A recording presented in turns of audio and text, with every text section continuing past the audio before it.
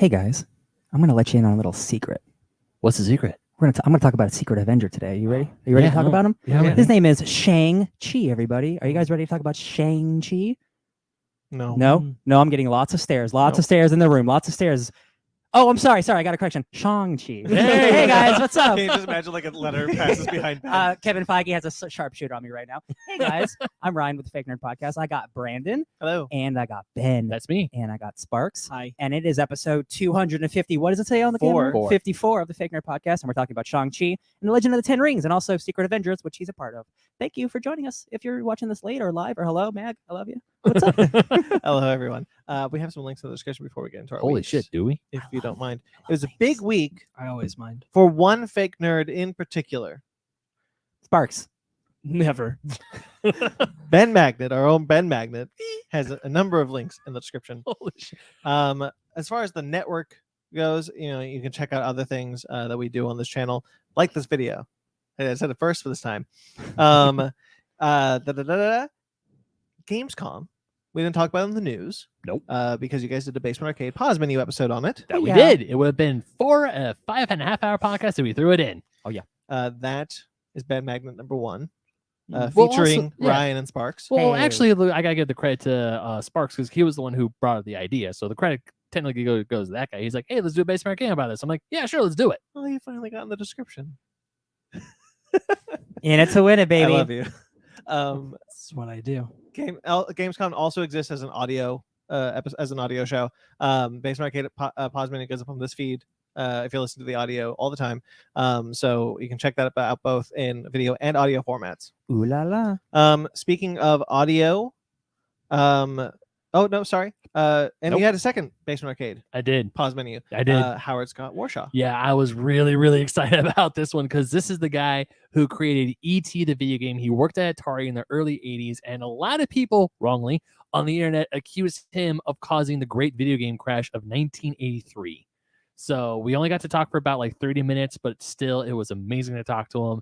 And I still haven't gotten off of that little emotional high because to me, this guy is a living legend in the world of retro video games. And the fact that he was like, yeah, sure, I'll talk to you for a few minutes. And he wants to come back and talk to us again is like, holy shit. That's awesome. I watched that interview and it was delightful. He seems like a really, really nice guy. And he seems just generally enthused about games too. Yeah. Nice.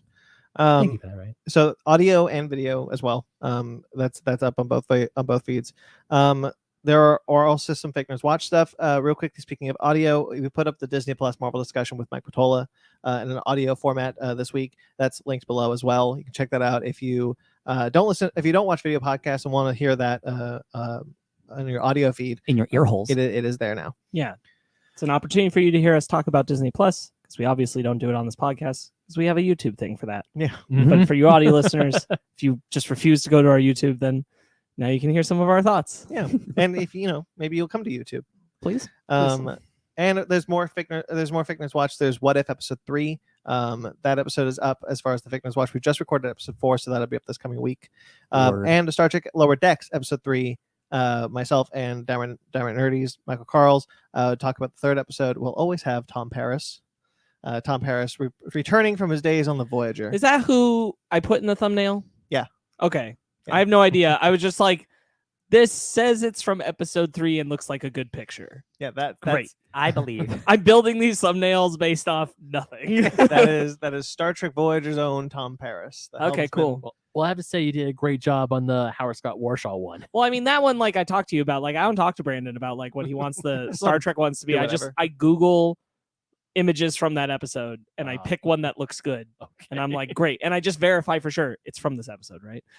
And then I toss it in and I hope it goes good. And Brandon hasn't said otherwise. So Easy peasy. I trust you. You got this. Yeah. I I am not watching that show, so I have no idea what's that's happening. I'm really enjoying the show. The 4th episode we will record soon. Due to the schedules of Cookie and Michael, it's just difficult to find time to record them. But I'm really enjoying going through that series with them. Just that series in general is really cool. That's that on the network stuff, and then we'll go into some other Ben Magnet stuff. Ben's latest article on OSG, Old School Gamer Magazine, dropped. Yep, Wanna talk that about is that? it. So we're we don't have it in the news, and this news has been circulating the internet for a while. It's all this article is about graded sealed retro video games being sold at auctions for millions of dollars. Like a few weeks ago, Super Mario 64, a sealed copy of Super Mario 64 was sold for 1.5 million. And then another copy of the original Super Mario Bros. Was sold for 2 million. Scams, baby. So a YouTuber by the name of Carl Jobst, his last name is spelled Jobst, he did an hour-long video about how these are essentially scams. And I wrote an article based off that saying why I am scared as a retro video game collector of people selling older games. And these aren't just like Mario 64 and the original Super Mario Bros. Are some of the easiest games to find. It's inflation just to make money, and then it's gonna ruin collecting. And it happens in comics and card collecting too. Like it's a real shitty thing. Like I mentioned this in the article, one of the most egregious games that someone's trying to sell was a not for resale copy of Super Mario 64. If for those of you who are wondering, what is a not for resale copy? It is a copy of a game that was sold bundled with a system. And there's a little sticker on it that says "not for resale." It's imprinted in the sticker my itself. Xbox 360 came with an Indiana Jones game or a Kung Fu Panda or something, and the game says like you cannot resell because it came with the system. Exactly. Yeah. So that's a way for it's essentially so retailers can't take the game out of the box and sell it again. So this guy on eBay was selling this game for $10,000, and it doesn't come in a box. It doesn't come with anything. You guys want to know what PriceCharting.com has this game set for? $9. $50. That copy of the game is a little more rare, but once you plug that sucker into your N64, it is literally the exact same freaking game as any other Mario 64. Did somebody spend $10,000 on it? So far, no. Good. So that article is linked below. Yeah, go ahead and read it. Listen to his passion. Read his passion. Passion in your eyes. I am passionate about games. There's also another article in the description from Bad Magnet. He put up. Oh yeah, that one. Yeah, he put up. He almost choked on the drink of the things he's done. I forgot what I did. Choking on himself. You put up an article on our website, that's at FakeNerdPodcast.com, on his blog, Nostalgia's Bitch. Yep. And a review of In Beta. I did. Now, if you're wondering why this review is a lot less wordy than my previous one about Ready Player 2. So the book In Beta by Prescott Harvey it's a really good book. I had a really good time reading this, and this review is just, this is me praising the book. It does have a few problems, which I won't go into here, but other than that, it's still a really fun read. It is, I was scared it was going to be very shoving 90s nostalgia down in your throat like Ready Player 2 was. It's not. It's a fun read. It hits on a few things, it hits on a few things that Free Guy hit on. Mm-hmm. And I highly recommend it. So if you ever find that in a bookstore and you're trying to find a good thing to read, I would highly recommend you pick that up and give it a go. Nice. And read his review on the Fake Nerd Podcast website. Yeah. Linked below. Yeah. And I also started I started writing for I'm gonna freelance for Atomic Geekdom, which is another podcast network. Sorry, betrayed our own network. It's not betraying. Atomic Geekdom, they liked what I wrote, so they published it, and I'm gonna write some more stuff for them. What? Talking to the mic. Oh, sorry, I went too far from the mic. So that what did I write? Okay, I wrote Black Widow, the Scarlett Johansson lawsuit with Disney. Mm-hmm. I wrote about that. I just kind of like an informative piece of the news of just what was going on with that and how Scarlett Johansson, what led to it and things like that. So it's up there now. I'm gonna be writing more for them. Nice. So that's cool. That's awesome, dude. Got another freelance job. Yay. And then Ryan, Yeah. you have a downright annoyed with movies. I do. We talked about Andre the Giant, which is a documentary on HBO Max. It's exactly what it sounds like. It's a documentary about Andre the Giant. It's fantastic. It's a real short. It's like an hour and 25 minutes. So like if you want to watch something and you don't feel like you have the time, like this is a short one, but it's really meaty. Andre the Giant was a really, really interesting dude, and it's about a dude who grew up with this giantism, and he died because he just wouldn't stop growing, and he wouldn't do anything about it because he was really stubborn, and he wanted to use his size to make people happy, because that's he just wanted to entertain people, and ended up killing them. And it's just really sad, and he had such a beautiful and tragic life behind the scenes, and it's a really great documentary. And it's a really good episode of the Downright Annoyed, Bored Annoyed, whatever the hell the show's called, I'll never remember. It's a good episode because we all used to watch wrestling, or we still do, and it's the show's what's important and what's really special about wrestling. Wrestlers are people who are actors and they're also stunt performers, and they put their bodies on the line every single week, sometimes multiple times a week. And like they're just like football players, like they get hurt and like they get half the respect that athletes do, right? And it's just a bummer. And wrestling's really cool, and it made me just really, really respect wrestling again. Not that I lost it, but like it made me remember, like, oh yeah, I was obsessed with wrestling. I used to go to wrestling events all the time with my dad and stuff. And I was like, oh yeah, wrestling is sick. It's just like comic books, just on a stage. So that's great. Yep, good stuff. And before we go, that's all the links. All those links are down below in the description. You can check those out. A lot of cool stuff around what we do. So yeah, cool. And before we get into our week, real quickly, Mag says, hello. Hi, Hello. Mag. Hey, Mag. Welcome. And Marlon. Marianne Papadopoulos. Okay. Ooh, is she Greek? Yes, she is. What's up? And that's insane. I know her. She's one. Hi, Marianne. She's one of my friends. Okay. That's all. So why don't we get into our week? If you don't mind, I will go first. Wow. Brandon wants to go first. Holy shit! This is Stop the presses. This is a new era. What day of is it? podcasting. Brandon never volunteers to go first. Is it On- Brands Day? On today, September 5th, Brandon decided to go first. Write it down. Write it down. God damn, this is gonna be in our next trivia. What's Holy up, Brandon? shit. Tell me about your week. I really hope this lands well. Nothing. Cool. I did nothing. You did nothing. I consumed nothing. I watched nothing. Nothing. Beautiful. You sure? I'm sure. I'm calling Alright. bullshit. You watched a What If episode? You watched Shang-Chi? Nothing that I didn't do for this podcast. How about that?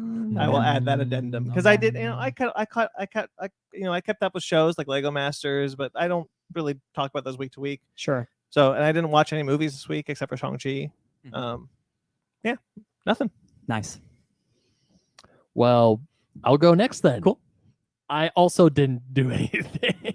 No, okay. So the one thing There was something in the water. the one piece of media that I did consume that wasn't for the show was I watched the first 2 episodes of What We Do in the Shadows. It came back. Oh yeah. Yep, it came back, and Fanny and I were able to sit down and watch the first 2 episodes. And that's about it. Like the only other thing I did was like the night before the Howard Scott Warshaw episode dropped, I started reading his book, What's Upon Atari. So I got like a few chapters into that. And That's a pretty good title. yeah, I know it is, right? Yeah. And Dune's just sitting there staring at Ben in the background. I did start Dune, Uh-huh. but you're right. It is. Bene Gesserit. Yeah, the Bene Gesserit's staring me in the face. It's that creepy lady has got the box. She's like, put your hand in the box. Put your hand in the paw. It's been Paul, so put your long hand in since the I've been box. at that moment in the book. So, He but is the mind killer. But no, Dune is there. Once Upon Atari is there, and besides that, I didn't play any video games. Unfortunately, I didn't. I wrote my piece for Old School Gamer, which is down below. I was promoting the hell out of my Howard Scott Warshaw interview. That's pretty much all I did. Besides that, I went home. I read a little bit. I went straight to bed, and then that was it. I did not have very much of a productive week outside of podcasting stuff. Hell yeah, it's gonna be a short episode. I love it. What's up? I'm gonna go next. We're going down the line. Did I do anything with eSparks? Motherland ended, and we didn't watch Superman. Oh, I don't think we did. I Okay. don't think we did anything besides watch What If. I read 2 issues of Moon Knight. So I read issues 1 of 2 of the new series by Jed McKay. That book's really awesome. It's continuing. I like that every writer who takes on Moon Knight is just taking the past stories and just like, yeah, we're running with it. Like nothing's not continuity. We're just gonna move on and do new stuff. It's got a great cast. Like his new second in command is like a vampire, and like Moon Knight's just hanging out with people who are bloody, and she's like, shit, I can't be around here. There's too much blood. It's just a really cool concept. I really like it. So definitely check that out if you want some Moon Knight. I watched the movie, but I'll save that for last. So I'm trying to think if I did anything else. I played Avengers, but I always play Avengers. I played Fortnite, and I bought Ghost Rider because he came back around, and he's like, Ryan, you've read like 400 Ghost Rider comics. Come on. And I was You like, have read a lot of Ghost Rider. Take my V-Bucks. I'm scrolling through my Twitter, and a bunch of stuff that Ryan is tweeting is shots of him reading of like pictures of panels from Ghost Rider books. Oh yeah, I'm just living. He's just living in me. I'm living in him. It's fine. So I did that. I saw Shang-Chi, which we're talking about this week, and that stars Tony Leung, or it's one of the stars of Shang-Chi. And I was like, this guy is really cool. I like him a lot, but he's not really an American actor. He's mostly a Chinese actor. So I looked up his filmography, and I'm like, oh, I know this movie by reputation. It's called In the Mood for Love. and it's a year 2000s Wong Kar-wai drama. Criterion film. And it is, guys, one of my favorite movies that I've seen in my entire life. Oh my god. In the hands of somebody else, this would be a trite, like very generic drama about people having an affair. But in the hands of a insanely talented filmmaker, and also the fact that it takes place in Hong Kong in the 1960s, it just gives it a completely different aesthetic, so it's easy to watch as well. But man, it is so well acted. And it's not just Tony Leung; it's also the co-star. I believe her name is Maggie Cheung. She's even better than he is. Like, she gives such a performance, like such a natural performance of like a housewife who is trapped in, in the 60s, like you have to be a housewife and that's what you do. And is seeing this woman who starts having a emotional affair with Tony Leung, because these two couples move in next to each other and then they start having an affair. So Tony Leung and Maggie Cheung start hanging out, but they don't actually start having an affair. They start hanging out. And their whole thing is like, we're not those types of people. We're not going to have the affair. And it's an insanely well-made movie. I don't want to talk too much about it because I don't want to spoil anything, but like, it's just so beautiful, and I've been thinking about it for the last couple of days. Just good shit. I know you've seen it. It's just really good shit. And yeah, Tony Leung is just like so talented. I'm like, oh man, I know he's like, that dude's like 60. That dude looks so good. Wong Kar-wai is truly one of my favorite international directors ever. Yeah, man, I'm gonna definitely watch more of his stuff now. Just the way he's able to take such a simple story and just make it feel so magical. And it's really heartbreaking. Like, truly, like, not a happy ending type of movie. Really heartbreaking. I was straight up crying like a lot, and I was like, I really hope Sparks doesn't walk in right now. For real, because like the movie ended, he just got home, and I'm just like, please don't come up here. I'm balling right now. Truly, like a type of movie that makes me appreciate art. Like, really, like just great stuff all around. In the mood for love, watch it. Highly recommended. Ghost Rider School. There we go. Nice. Sparks. Most of what I did was work. When I wasn't working, I was reading a lot. Yay! At work and at home. Yay! Are these comic books? Oh yeah. Oh, All of it. yes. I read the first issue of Transformer Shattered Glass. I was gonna read that and I forgot. Dang which Ryan has upstairs. Yep. But it is a alternate universe where the Decepticons are the good guys, and the bad guys, and the art is really good. The setup of the world of Cybertron now, it's like the war was lost and the Decepticons lost it, and in this context, the Decepticons are the good guys. So they're just kind of like stuck on Cybertron trying to survive. The power factions are broken up between 3 different rulers on Cybertron in their own areas of the planet. One of them is Optimus. And then there are 2 others. And they frequently put out bounties for rewards on Decepticons. And so this is all about a bounty hunter hunting down Starscream. It's really good. And in the context of Starscream, like being Starscream, but being a more like you stomped on the freedoms of the good people character, like saying that to people is like, oof, this is fun. I really like it. It's written by a lady, Danny Lore. Yes. She's fantastic. Yes. And it's just a nice breath of fresh Transformers air. And I was very much primed in the mood for it. Because of War for Cybertron. And I'm like, I like that there's something out here that's saying, like, this isn't like flipping the script on in the same way that was, which is like, maybe the Decepticons have a point. This is just straight up, the Autobots are the bad guys and the Decepticons are the good guys. They just switch sides. And so it's those characters are the good guys, those characters are the bad guys. But it's still cool. It's still nice to see that. And there's a search for Megatron going on because Megatron is missing. And so it's like the search for Optimus, but it's the search for Megatron. And is he called Megatron Prime? Anything like that? Nobody said that yet. Okay. But Optimus isn't called Optimus Prime, so waiting for Is he called Orion Pax? No, he is called. I don't remember because I don't remember if they actually said that it was Optimus or if they just showed his figure in the background. And so I was like, okay, so that's Optimus, and maybe I said that in my brain. I'm gonna read it and I'll let you know. I don't remember if they said him by name or not. I think they did call him Optimus. Sure. But we'll see. Optimus, we very barely see it in the art because he's very far back, but he's got like a purple and green design now. Ooh. Oh. Nemesis Prime. It's cool. So that's one of the things I read. I also read a lot of Reign of X. I'm working my way up downtown, and part of that is that I forgot that I never finished Juggernaut, so I finished Juggernaut. That was a great series. Hell yeah. I loved that. I'm glad you picked it series. up. Yeah. So I finished Juggernaut. That was awesome. Really enjoyed it. Really, really happy I read it. Yeah, that Ron Garney art is so good.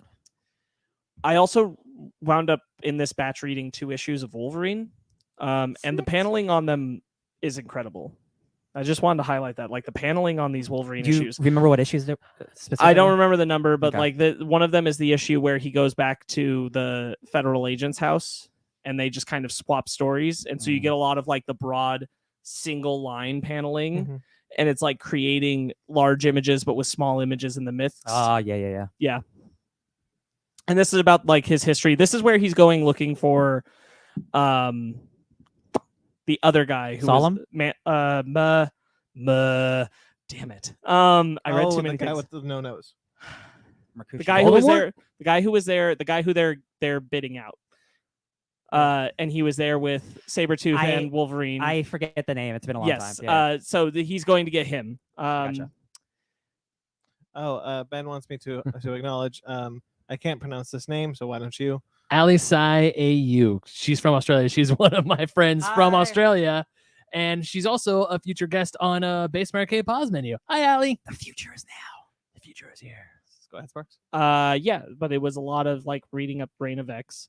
I hit a point where so I'm at Sword 2, and that's all about like, hey, this is taking place during King in Black, and I'm like, oh yeah, I guess I should read King in Black now, which then took me back. I guess I should read the Venom issues I didn't read that led up to that. So now I'm in Venom, guys. Nice. And I read like 6 issues of Venom. Nice. Venom. Catching up. But that's not all I read. I also read the 2 issues of Tom Taylor's Superman, Son of Kal-El. Yay! Oh, damn it. Okay, I went to the comic book store, I bought my books, and I totally forgot to get Superman, Son of Kal-El. Run, don't walk. Run, don't walk. Run, to don't Superman, walk. Son of Kal-El. It's so good, right, dude? It's so good, right? Run, don't walk. Oh, okay. Okay. I'm enjoying it. I'm very happy for Tom Taylor that he has this. It's good. It's good stuff. Yeah, me too. I also read the first 5 issues of Secret Avengers, but I'll touch on those later in context of the 6 through 12 issues that are our book club. I read those because I was like, they're right here on Marvel Unlimited. I have the time. They make it easy. While I'm on break at work, because I worked a lot of hours this week, so I had a lot of breaks. So I'm like, cool, just go read issues. And so that was a lot of my reading stuff. I also played Knockout City. They have a superheroes event right now, my friends. It is very good. I really like it. It's a ton of fun. It adds in like all these special perks, and they rotate every time you pass away. And it's really nice when they rotate and you get the good stuff sometimes. The good stuff. Not the weaker stuff. Because there's a double jump. You don't need a double jump in that game. I don't think the double jump does a lot. There were times where I was playing Knockout City where I could definitely use a double jump. Allow me to amend. The double jump is not so helpful against all the other power abilities that other people get. Gotcha. So it's kind of like, cool, I can't wait till I die so I get a different power. But I also don't want to die because I don't want to beef up their score. Because there's also like super strength, where if you you can like dash charge people and you can pick them up. You automatically turn the person into a ball. Oh, okay. That one's a pain in the ass. But nowhere near as bad as super charge up, which is anytime you throw the ball, it's like you fully charged it. Oh no! So it's really fun with the sniper ball to do that. If That's instant death. Oh yeah. A lot of people made the mistake of like they would throw the football at me and they wouldn't throw it committed enough, so it'd be an easy catch, and I'd be like, bazam, and they're just gone. All right, real quick. If you don't know what we're talking about, Knockout City is a 3v3 dodgeball style game. It could be much more than that. It could be 4v4. It could be 2v2v2. Yeah, but it's a dodgeball style game where you're on teams, and the goal is to knock people out. The more people you knock out, the more points you get. I really want more people in our friend group to play it because I love that game. There's also there's the one where any bounce pad will turn you into a bomb ball. Will turn you into like a super that one's really great if you can if you could like aim it on a good map and you have it. really annoying if someone else has it. Oh, I bet it is. Or if two other people. Two as other happened to people. me in 2 matches Me yesterday. too. Yeah. Oh, Yeah, but- I also played Knockout City. I'm sorry I forgot to mention. No, it's okay. I really like this event. It's a good event. It's only around for another week, so hop in. No, because I saw our friend Marty post stuff on his Instagram. Yep. And I would be looking at it while I'm at work. I'm like, this looks fun. How much more? Damn it. Everyone's going to be asleep when I get back home. I highly recommend picking it up more. I long to play more games with you guys, so I would love it if you did that.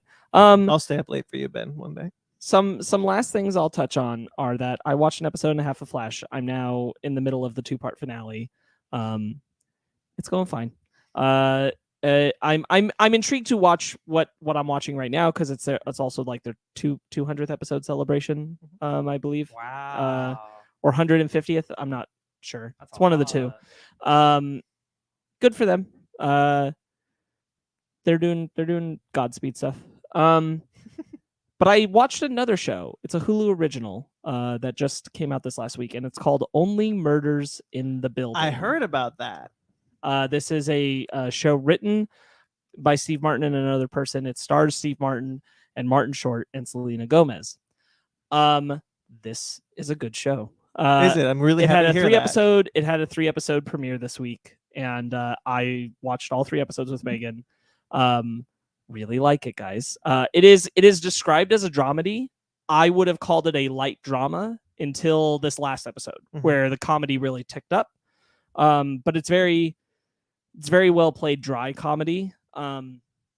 Steve Martin and Martin Short are doing the kind of things you'd expect for them to do, but they're much more subdued than they usually are. Right.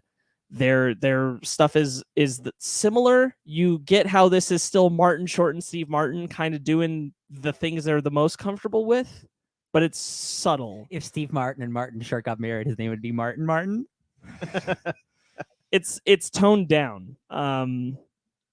And I think it's working to their benefit. They have some great guest stars. The most recent episode had Nathan Lane on it. Cool. Ooh. But also they're building. You see a lot of the people who live in their building by the context of what the show is. Let me say what the show is real quick. These 3 characters, Selena Gomez and the 2, they all end up on an elevator together one day, and another person comes on. And that person who lives in their building ends up getting killed later that day when a fire alarm is pulled. While the fire alarm is pulled and they're investigating, they all end up going to the same restaurant and learn that they're all obsessed with the same true crime podcast, which they pay attention to the way like people pay attention to old school appointment scheduled release television. So like the moment the podcast episode drops, all 3 of them are passionately awaiting to listen to it. So they're all talking about and invested in the episode of that night, which makes them all realize that they're very into this kind of thing. So when they come back and they find out someone's been murdered in their building, and it was the person that they were on the elevator with, they decide that they're going to begin investigating. Martin Short's character specifically with the angle of wanting them to create their own true crime podcast about investigating it as they're learning about it. But the other 2 just wanting to solve the mystery of it. Right. Because so the whole thing is like everyone else says that it was a suicide, and they're like, that doesn't make any sense based on the interaction they had with him in the elevator, which is true. So as the episodes go, you begin to meet more people who live in the building, and the roster of people who live in this building are filled with bit actors, people who you don't know their names, but you know their faces. And they are now constant recurring characters. They are the B-list characters of this series, and they constantly are coming in. And it's really nice that they're giving all these actors work, because again, like these are a ton of people who you're like, I see them all the time, and now they are like really consistent characters here in the background, which I think is really cool that Steve Martin and Martin Short did this. These are people who I think both of them have worked with before in multiple instances across the board, but it's nice to see all of them because they're usually like a one and done scene kind of character, those kind of characters, but they're all here. It's really cool. Selena Gomez is really good in it. I highly recommend the show. It got funnier, but I didn't need it to. It was already just good with its character work. So recommend. I read 2 issues of the newest Shang-Chi comic book, the ongoing that just started by Nice. Jean Yun Lang. It's pretty good. That's the end of my week. Oh, we Okay. we shot some Xenos a little bit. Oh, we did a thing. We shot some Xenos. We did. Guys, We can't started forget. playing Aliens Fireteam Elite. That's all we gotta say about that. It's going to be a basement arcade. Eventually. Yeah. Eventually. I really like it. I really like it too. The atmosphere of that game is really solid. The sound design is incredible. It's good. I enjoyed playing it. Yeah. I can't wait. I think it's a good budget game. Yeah, I can't wait till we can actually get to like the Prometheus stuff with like the big head stuff. Yeah, it's gonna be good. Yeah. Okay, should we get into our bread and butter? I believe we shall. Yum yum yum yum yum yum.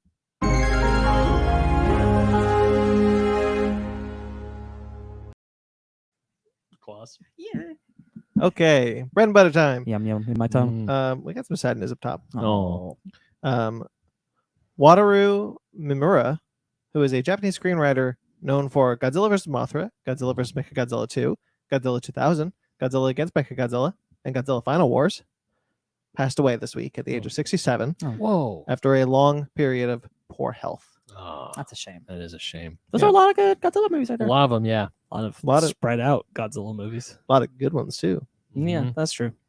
I mean, my favorite of those old school ones is Final Wars. Mhm. I'll never get over Big Mustache Man. 2000 is was until Shin, the only Japanese Godzilla film I saw in theaters. Ooh.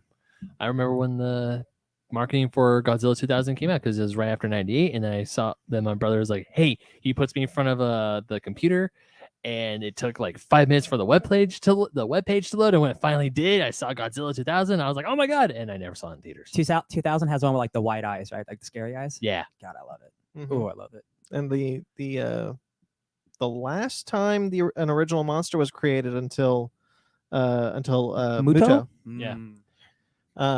Real quickly, Mag says a little thing.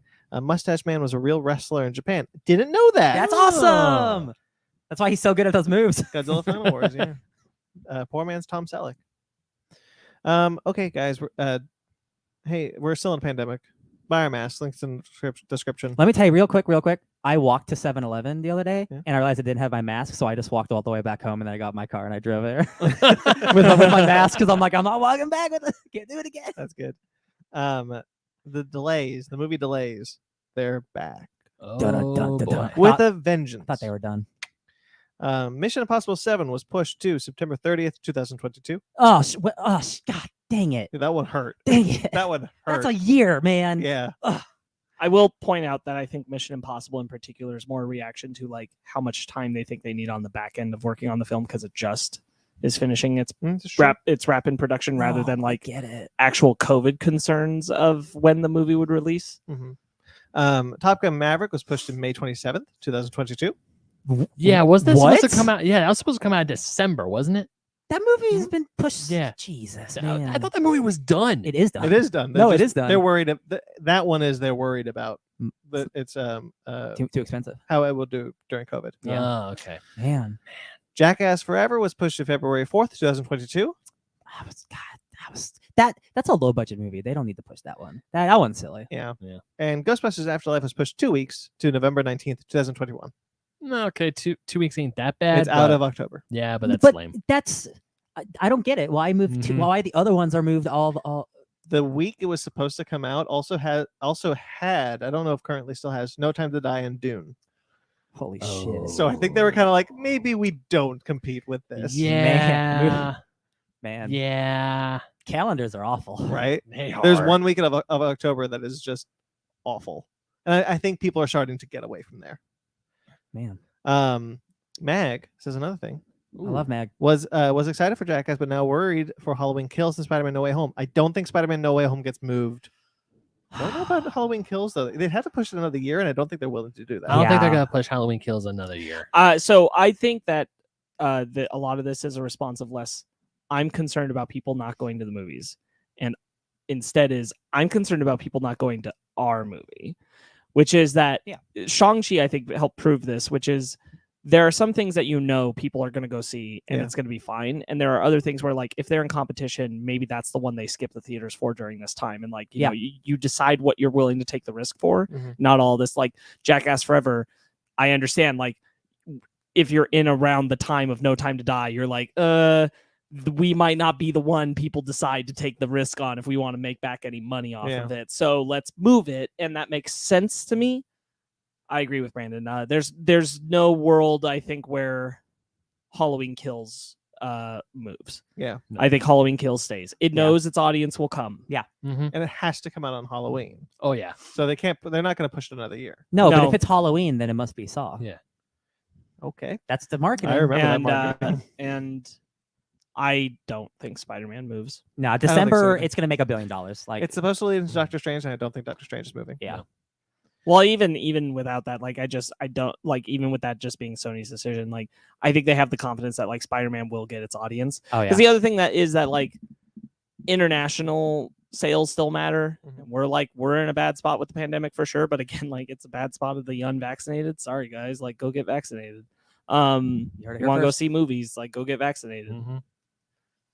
Want to go see live sports? I'm sorry that there are people that are sick. No. I'm sorry that there are people working in hospitals who Oh. have to deal with them. I hate I mean, the reason why I brought up the whole live sports thing is because the Las Vegas Raiders just officially announced that you have to be vaccinated in order to go to a home game this year. If you're Awesome. not vaccinated, you're not going in.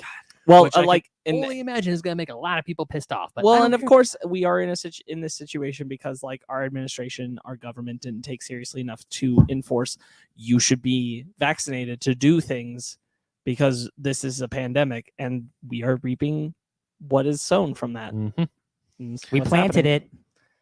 All right. On that happy note. I love But yeah, in Um, general, like I think a lot of these moves are much more like calculated of. It's not that they don't believe people will go to the movies necessarily, but more will people go to my movie? I don't think this is as bad as when we were in the height of the pandemic. Oh, yeah, everyone yeah. was kind of No, I don't bouncing think. off. I don't think you're gonna. Again, Shang-Chi's numbers kind of helping prove. I don't think that most of these things need to move. Yeah. So Smaller productions, maybe. some sequel news of the unexpected variety. Oh. Expendables 4 is officially in production. Expendables 4? Uh-huh. Oh. I've never seen 3. Eh, I mean, Antonio Banderas is pretty good in it. solid Chuck Norris Nice. joke. That's in 2. Oh, that was. Yeah. Damn it. Two's the best one. 2 is guys. the best one. Two's the best one, yeah. Sylvester Stallone, Jason Statham, Dolph Lundgren, and Randy Couture are all returning. Was it Ronda Rousey in 3? Yep. Was she bad in that one? Yep. I think she was like a double agent. Right? No, No, she no, wasn't. no. She's I don't- just bad actress. Oh, I'm thinking well, that's true. Am I thinking of Fast and Furious? Actually, I don't remember anymore. She's also in Fast and Furious. Yeah, Yeah. but she only had like 2 lines in Fast and Furious. She was bad in that one, right? Yeah. Okay, cool. 50 Cent, Megan Fox, and Tony Jaa are joining the cast. 50 Cent, I Is love 50 it. Cent going to talk about how he got shot again? No, that was 20 years ago. He's done with that. Now he's all about like sponsoring vitamin water. And Scott Wah. I don't think it's Wah. How's it spelled? Waugh. Wow. Okay. Who directed Need for Speed will direct the film. Oh man, okay. From a script by Spencer Cohen, who did the recent Netflix film Extinction. That's the one with Michael Pena and Mike Coulter. Nope. All right, I heard it was bad. It's one and of those Netflix ones. the upcoming Moonfall. Oh, okay. Um, Oh boy. I did see Michael Pena's face in Moonfall. This movie's a dud, guys. They are they're writing with Max Adams and John Joseph Connolly, who don't have a lot of credits to their name. All right, cool. In fact, John Joseph Connolly has no credits to his name. Man, Expendables 4. I mean, We're here, guys. We finally did it. I mean, we keep saying anything can be good, but this doesn't I'd look like rather it. see that ladies spinoff that they never did. With Mila Jovovich. Yeah. Yeah, me too. I'd rather just do that. This is not of the. But they would have needed women to actually make the film because that would have been nice to have them behind the scenes, and they would just never let that happen. Yeah. I know. This is actually not of the unexpected variety. I lied. Jungle Cruise is getting a sequel. Y'all knew. I'm kind of bummed, and I am too. And like I know it's a franchise, I expected it to happen, but I was just like, oh man, it's. I'm sure it'll be. I truly wish that they'd come away from it going, we don't need a sequel to this movie. We just need another movie with Dwayne Johnson and Emily Blunt in it. yes, And like be Disney doing it, and I'd be fine. yeah. Like obviously their careers together are going to be intertwined for the next few years because Emily Blunt's going to be in a movie that his production company is making. About Pinkertons. They were inevitably going to work together again. Like they Yeah. enjoyed it clearly a lot.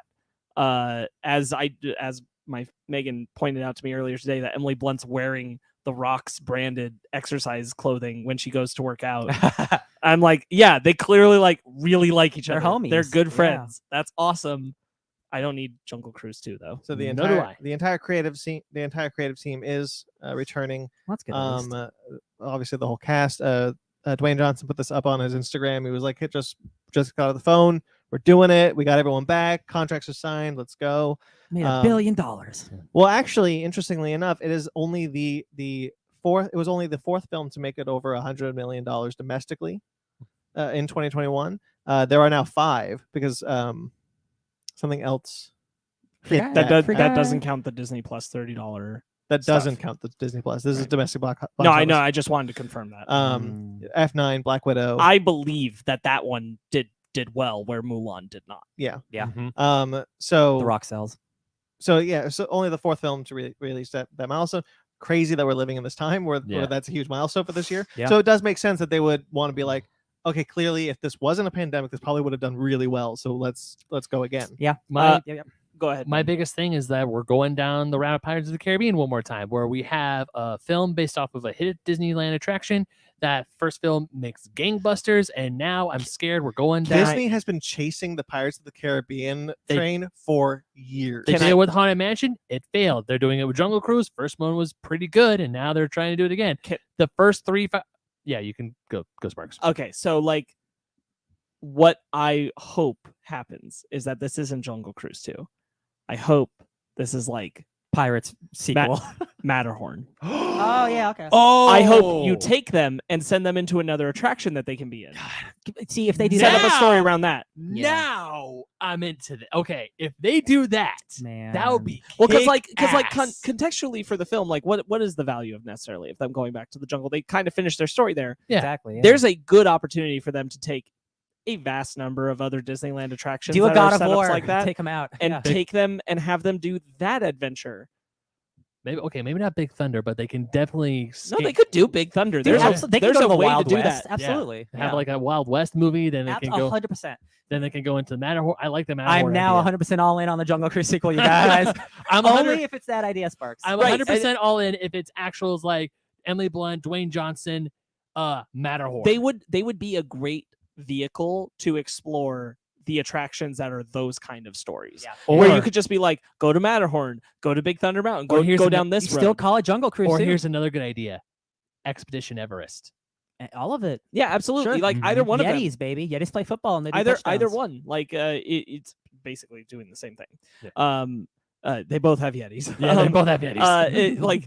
Yes, take them down that avenue to explore those attractions and make those like I know they've talked about like making a Big Thunder Mountain Railroad movie, and I'm like, cool, do it just with these characters, have them be the people who go on that adventure. That's so much smarter. Yeah. Yeah. Oh, that's not Yeah, what's going that- to happen, though. I think. No, it's probably not, but I would love it if it was. Man. If it was that, I'm a forget every set. If Yeah. it's not that, and they're going back to it, they're going to a different jungle. I'm out. Here's the thing, though. Even if it is just Jungle Cruise 2, I'm going back for Johnson and the Blunt. I'm doing it. Yeah, I'm doing it. Like I will. the way you I said liked that makes the it- first. I liked the first movie. Plenty to go see another film in this franchise. Sure. And I have no reason to think at this point that if it's just as good, I'm good. It's a good ride. Like the reason why I was really excited to go back to Pirates of the Caribbean was for Orlando Bloom and Johnny Depp, and now with and Keira Knightley, of course, especially in 2 where she gets that kick-ass sword fight scene.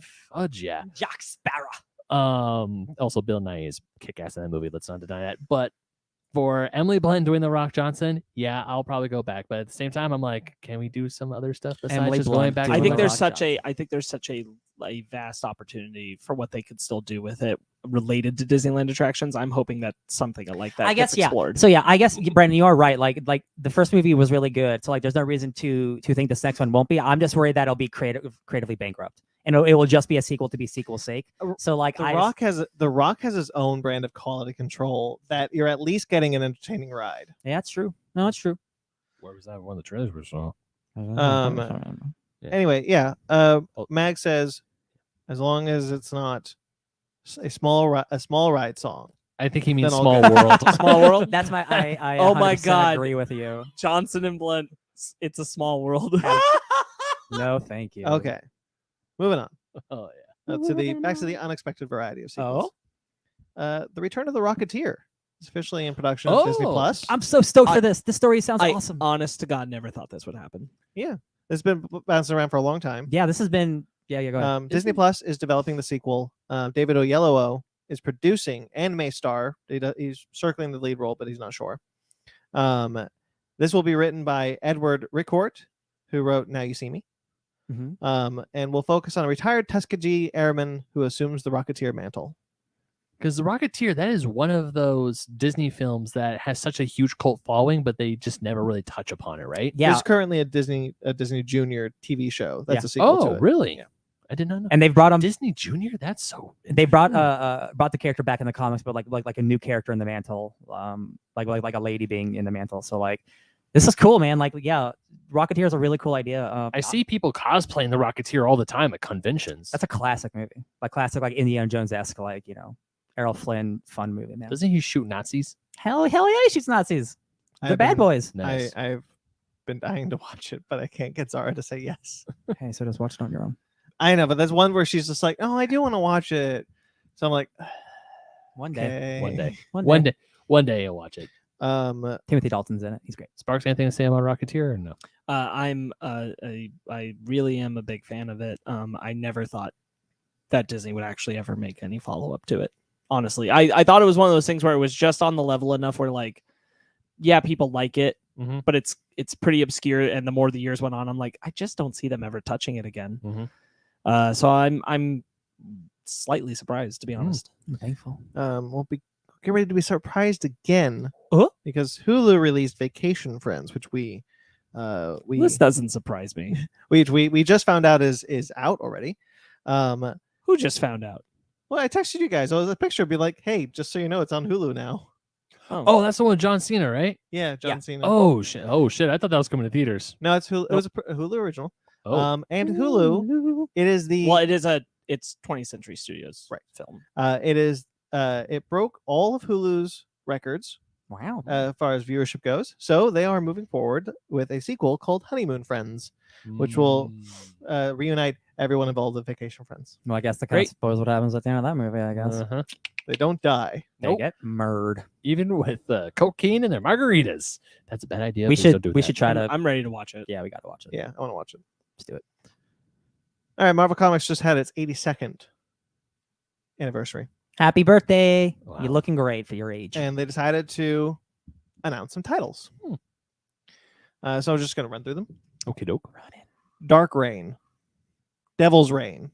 I was about to say I've read Dark Reign. It's called Devil's Reign. Hell yeah! All hell breaks loose in the Marvel universe as the Kingpin finally declares all-out war on the heroes, having set the stage in their Eisner-nominated Daredevil epic. Chip Zdarsky and Marco Cicchetto.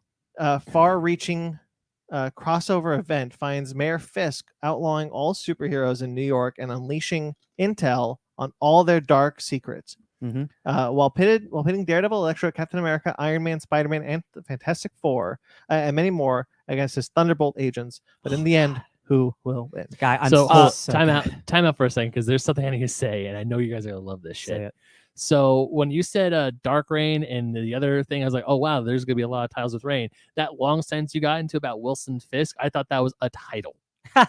It's a 3-minute title. I didn't think it was the start of the synopsis. No, yeah, that's funny. I was like, that is a long ass title. Jesus. I regret not staying up to date on Zdarsky's Daredevil. Me too. I was on it, Marvel Unlimited, and then I baby. fell behind. That's I know. yeah. It's right there. I know. It's That's how I I feel keep- that's how- obligated to get that's how I caught keep up up. on X-Men, but like yeah.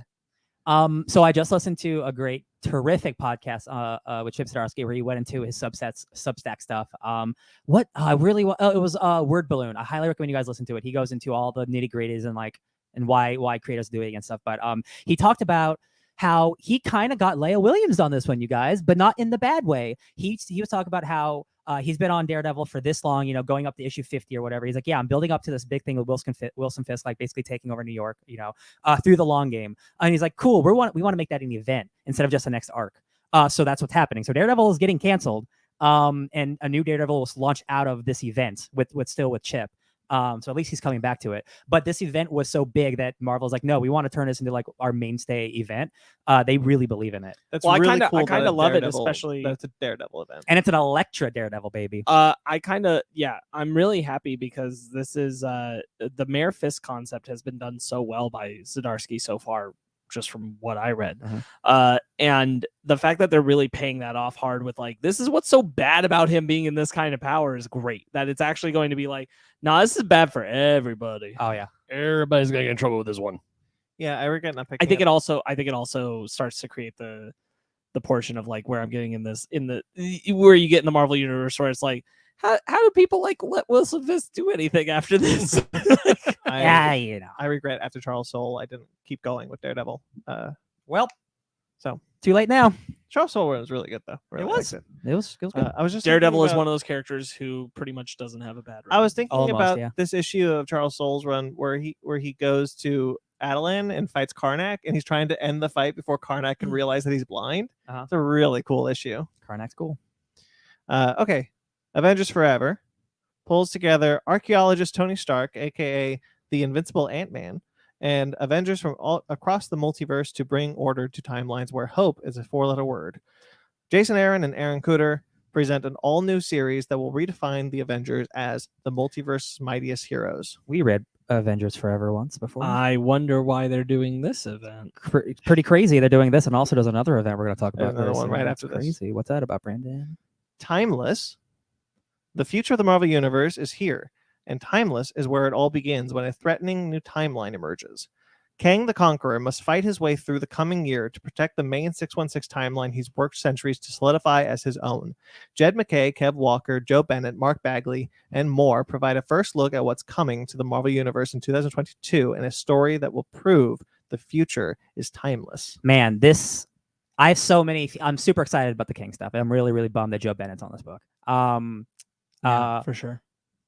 This is a really interesting period at Marvel because it's starting to feel like it did about 5 years ago when the MCU was really taking hold of all the comics ideas. Because all of this stuff, except for like the Daredevil stuff, but like everything involving Kang and the Avengers Forever, like this is all MCU stuff. But what specifically the Kang Sacred Timeline stuff that's never been a thing except for now. But I think what's nice about it is it feels like They're solidifying them getting ahead of the stuff. Because, like, yes, Kang appeared in Loki and everything, but this feels like them kind of setting a standard for going forward where readers can be people who are watching the MCU, but now they'll come to the comics. Yes. And the comics are already on their level rather than, like, playing catch-up. No, yes, but it's one of those things where Kang has had a continuity for 60 years, No, and now I they're get that just part. turning it into the MCU version. Because No, I get that part. That's the part that I don't like. But they do that with all the characters. Like, that doesn't mean that the characters are ruined or anything. It's just like, they didn't have to do the sacred timeline thing. The multiverse has been fine the way it's been since the dawn of Marvel. So like, For sure. it's just like I just worry that like the big influence is starting to impede again.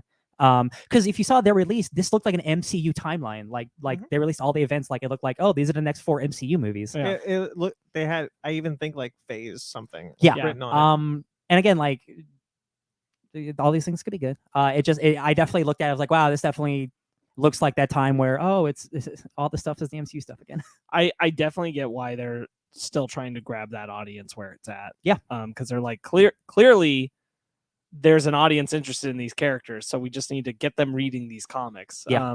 And honestly, I think now they're in a better place to do it than they were 5 years ago because more people are going to comics right now. Yeah. The comic sales are killing it these days. So like you have an audience who are watching the Marvel shows and for the first time really ever en masse are looking for comics to read with these characters. So I think this is now, I think Marvel is in a place where they can kind of like succeed in that mission that they've always attempted to. And succeed at. while I agree with Ryan about the Kang stuff, I don't really want it changed. I do understand why it's like that was confusing even to comic people. Yeah. So wanting to streamline it so someone can jump in and keep up with Kang in a way that translates for them if they're jumping from the MCU, I do understand. I'm not crazy about the choice. Mm-hmm.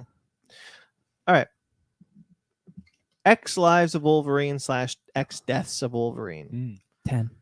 House of X and Powers of 10 ushered in the first Krakoan age of the X-Men. Now, Marvel Comics 10 Lives of Wolverine and 10 Deaths of Wolverine will test the best there is at what he does before any mutant can survive to the second Krakoan age. Benjamin Percy, Joshua Cassara, and Federico Vicentini tell two interlocked tales about what happens to Wolverine when his past meets his future. So tons of people are speculating that this is secretly the Moira book, because this is all about 10 lives, and she's the person who deals with 10 lives. We're going to see it through Wolverine's perspective. Now, that could all just be like nonsense, but like it is like the next big event after Inferno. Well, in Ten of Swords, Wolverine sees Moira, and no one else has. Wolverine is also one of the only surviving mutants in one of her lives when the far future. Yeah, and then in the 9th life, so yeah, this is really cool. And again, Percy has been killing it on both of the Wolverine-centric books, X-Force and Wolverine. And Cassara on X-Force, his art is just insane. Like that dude's killing it. He's one of the best in the business right now. I'm excited. Like people on the internet are pretty like, oh, another Wolverine event. Like it's been a while, and like he sells comics. And so also this is going to usher in this what they're calling already the second Krakoan age.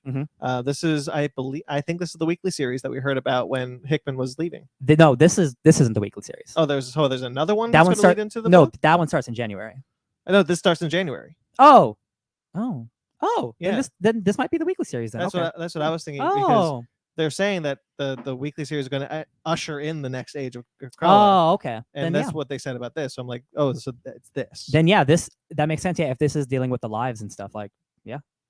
Ooh. We're in 2022. The only two that are coming out in 2020 this year are Avengers Forever and Devil's Reign. Everything else is coming out next year. Gotcha. I gotta say, I still think it's real cool that they're still releasing the trade paperbacks where they collected these as the story beats. Yeah, It's like volume 10 right now. Yeah. So Dawn of X is done. They're now in Reign of X paperbacks after 10 of Swords. Nice. So they've switched. So now it's Reign of X Volume 1, Reign of X Volume 2, and they're still doing it. And I'm like, that's incredible. Yeah. Nice. She-Hulk. She-Hulk? Woo! Marvel Comics She-Hulk from Rainbow Rowell and Roger Antonio throws the book at Jennifer Walters as she tries to put her rage-filled days behind her and return to practicing law in defense of the innocent. But when a friend from her past comes knocking with a mystery she can't resist, She-Hulk gets back to bashing. Again, kind of glad that this is happening because it feels like them getting a little ahead of the reactionary to the MCU show rather than waiting for it to hit and then changing course. Well, no, this is good because She-Hulk's in a terrible spot right now. Anyway. Yeah. But I mean, I'm glad that they want to bring it back to that. Yes. Ahead of the film and TV audience, no, yeah. making if you can't pick up a She-Hulk book now because she's just like a big dumb monster. So yeah, it makes sense that she's gonna go back to normal for the show. Back to basics. It's like when Falcon, Cap, Lady Thor, and Superior Iron Man were the main trinity in the Marvel Comics universe during the Avengers. Most people were convinced that come Age of Ultron or Infinity War, whichever was next, that those characters would revert back to what. So that's but that didn't necessarily happen. But that's what I'm talking about. That's the reaction of it, because you're gonna have people looking for these books. Well, and that's a good example because the MCU films burgeoning success at that moment, I think, is a part of the reason those characters took a backseat after that. Yeah, I do think that Falcon, Cap, and Lady Thor and Superior Iron Man were going to be the spearheads of Marvel Comics for a while longer, but we flip back to the classics to keep up with the MCU audience. And I think this is much more like preempting. People are going to like that She-Hulk show. We should have a comic ready for them that they can jump in on. Yep. Yeah, it seems to line up with when She-Hulk would come out. I think so too. And I like much better them preempting rather than being reactionary, where they're on a path and then they go, oh, people like that show. Oh, make it more like that show. Hold on, change it. Instead of the show being out for a season and there's no comic for people to read. Yeah. Fantastic Four Reckoning War.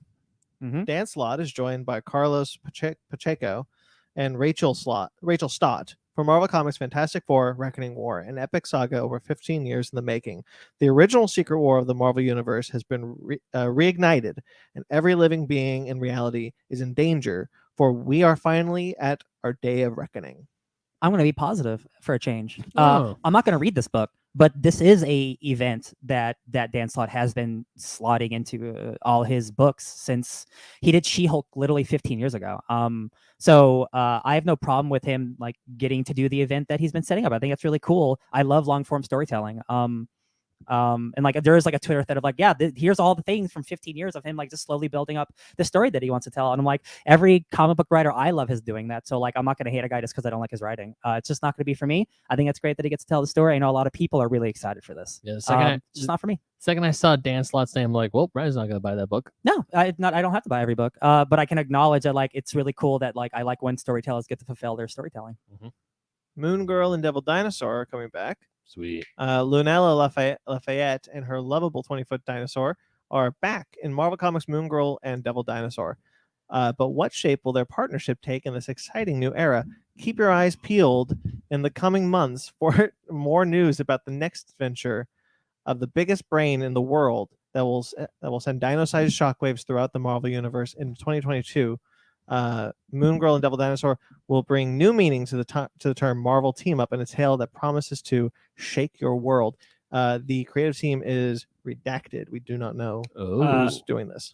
Again, like another moment of I think them being preemptive. Yep, that cartoon is coming. Yep. To Disney Plus. I'm glad that they are being like, let's have something ready for those audiences that are going to want this, especially Moon Girl and Devil Dinosaur is a good one to have. Like, you are going to get kids, you are going to get young people who want to read comics at the moment that show hits. And what better way than to have a comic currently running, ready to go? Yeah, right there, perfect. It is redacted, but if you look very closely, the first letter kind of looks like an L. And I'm just saying, if it's Leia Williams, I'm going to buy that number one. I'm going to buy that number one either way, baby. I'm here. I'm not.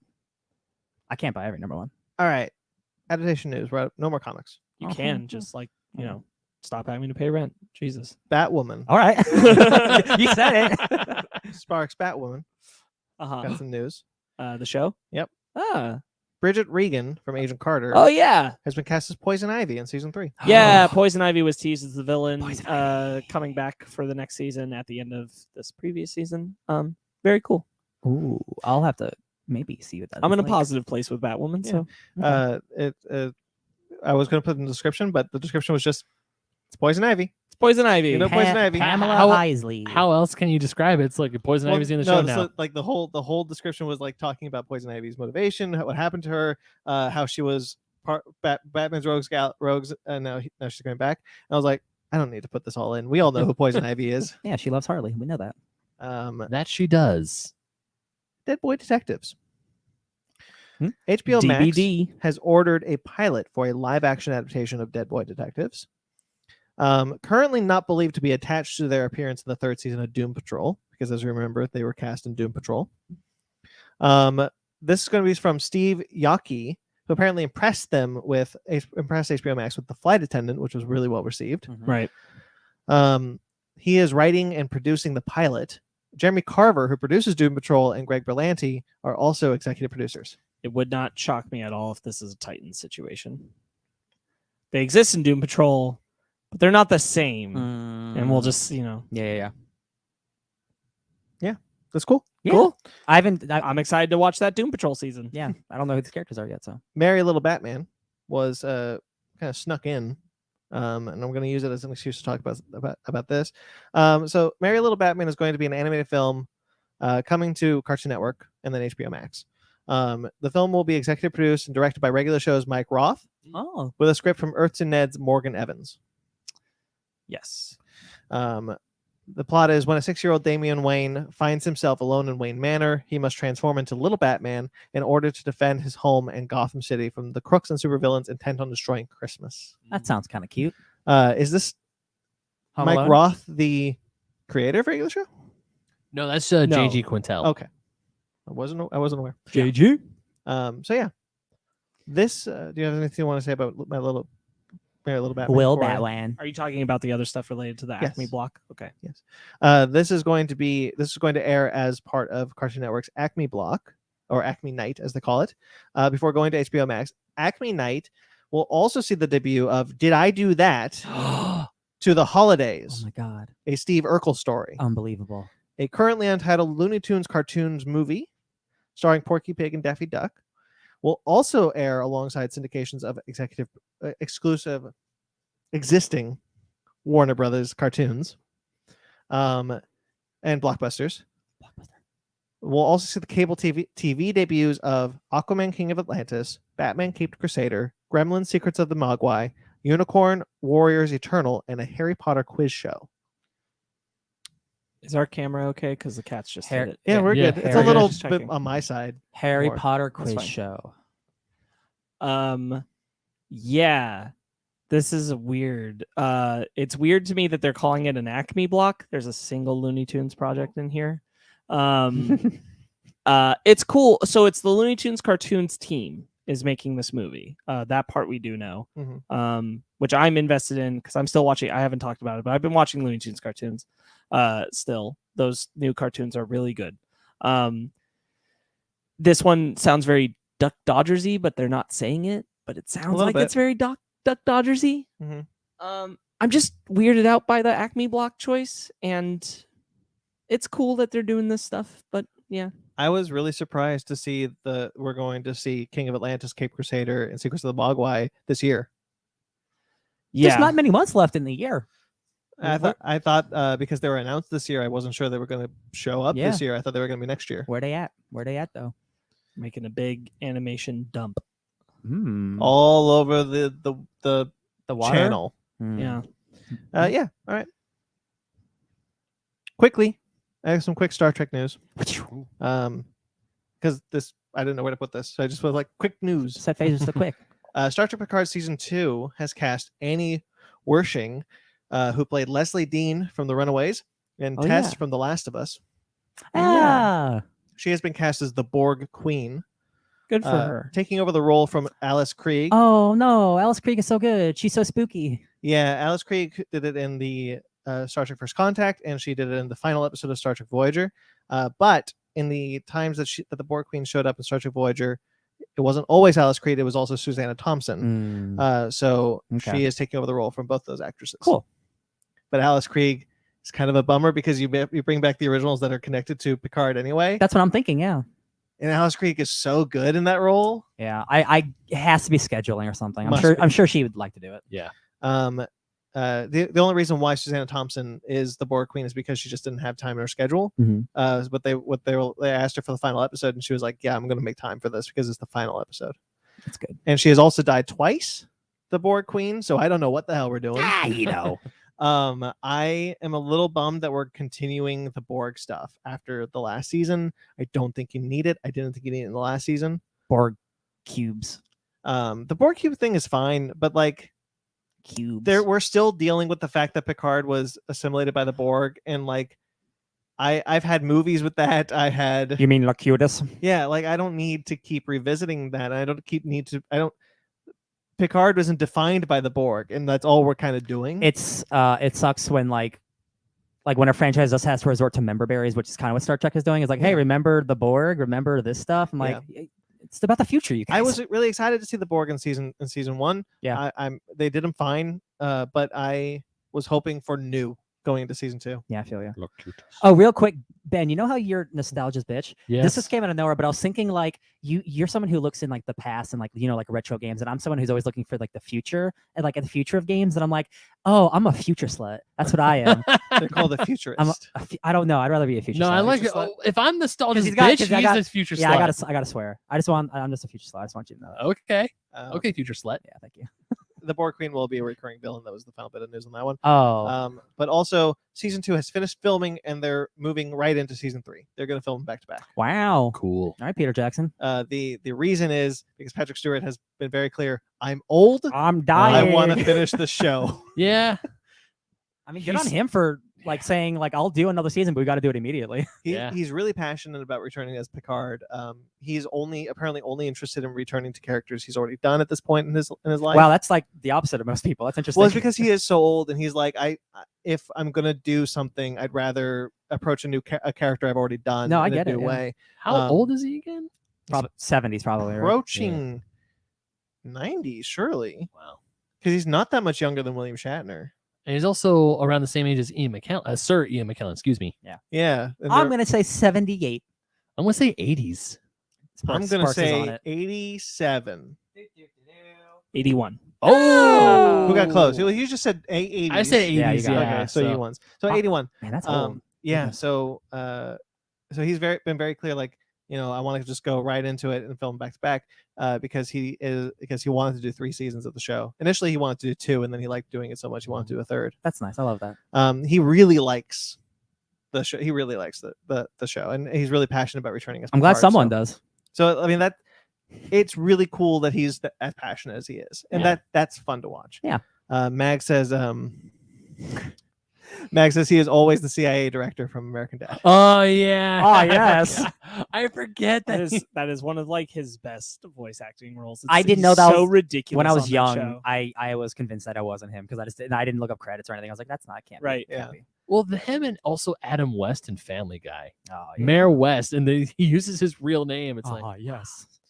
Because it's the idea is that it's actually Adam West. yeah, Also, in the final bit of Star Trek news, I wanted to talk a little bit about the opening for Star Trek Prodigy was released. This is the opening intro that is done by Michael Giacchino. Giacchino? There it Giacchino. is. And he's composing Star Trek Prodigy. That was kind of the news of releasing it. It's gorgeous. I love it. I'm really getting excited for the show just based on the animation and seeing the ship kind of fly through different scenarios of like larger than life kind of things. Like there's a giant robot hand for some reason that for comparison, the ship looks like a bug in my hand. And that's how big the robot hand is. And I'm like, this looks wild. That's not canon. I'm super stoked for this. Star Trek is elastic enough to make it canon. I'm just kidding. yeah. It's not that elastic, but every now and then you can stretch a couple Listen, I'm things. saying that crossed over with X-Men. That's true. And Green Lantern. and Doctor Who. Yeah, they're sluts. They're crossover sluts. There you go. But not future sluts. Yeah. Okay. No, because the future is the present. Exactly. And the present is the past. No, future- just the future is the present because they're in the future. Can we not? Trailers. Yeah, T-Talk. trailers. T-Talk. We're in the trailer park. Sparks and Ryan, why don't you talk a bit about Doom Patrol Season 3? Oh my god, that show's so good. It's wild that this trailer stuff from the other trailer. Yeah. There's a lot like I keep forgetting that Michelle Gomez is in this yes. season. I'm so excited. I love Doom Patrol trailers because every episode is so wild. So you have like 10 episodes of just wild shit. So you have a trailer that's just 2 minutes of this batshit stuff that you have no idea what the context for any of it is. But there's like, the evil butt monsters have returned. Right. That's great. Now Ben and Brandon know about the butt you monsters. guys know about the butt monsters. Yeah. You got your fake We've Constantine. been quiet about that for a while. Yeah, when the second you guys said, "Oh, the butts are back," I'm like, "The what are now?" You got teen guy like Wimbley Krembus or whatever his stupid name is. The new villains from like modern Doom Patrol, like the Brain, Brotherhood and of Dr. Malice, and the Brotherhood of Evil. yeah, just like Legends of Tomorrow, but like rated R. Uh-huh. Is basically what Doom Patrol is. Real good quality content. More Brendan guys- Fraser outside of the. I are of the same opinion that Doom Patrol seasons 1 and 2 are 2 of the best ever comic book adapted television seasons. Period. You don't even. For super- season 3. It's super approachable. All right. Midnight Suns had a gameplay trailer. Yes, it did. So I am a big strategy boy. Ben's a big strategy Yes, boy. we So this are. game definitely isn't for everyone, but for Nope. me, I'm big fan of this, big fan of this, big fan of that. So like I'm gonna buy this game when it comes out. I'm ready to play this game. Hell yeah, baby. Yeah. It's a turn-based. Brandon, are you in a turn-based strategy kind of stuff? I am not, Okay, yeah. unfortunately. Yeah. So this game, if you ever played something like an XCOM or a Fire Emblem, system which is new for this type of game, which is interesting. But I believe in the developers. Like I've watched a bunch of interviews over the weekend. Like they are so excited. Like they're all huge comic project, and like they came to Marvel and I'm like, hey, can we please make this game? And they're like, well, show us what games you made. I'm like, we're the highest selling strategy. Like, okay, cool, go for it. So like it just looks so cool. It's got like modern characters, old characters like Magic and Nico and Ghost Rider, and like just big fan. All right. And how about No Time to Die? I'm about to die if I don't see this movie soon. This is now ballooning the budget to I think $800 million because they another $100 million to start the marketing again. This movie is never going to make its money back. It could Nope. not. No, it can't.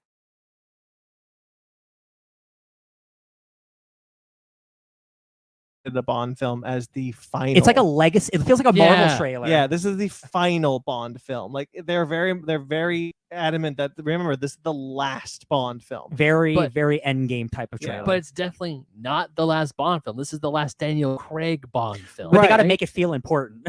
Right, and I think the difference is that the Daniel Craig films do have a continuity, whereas Yeah. the other eras of James Bond. It is a single, convoluted as it is.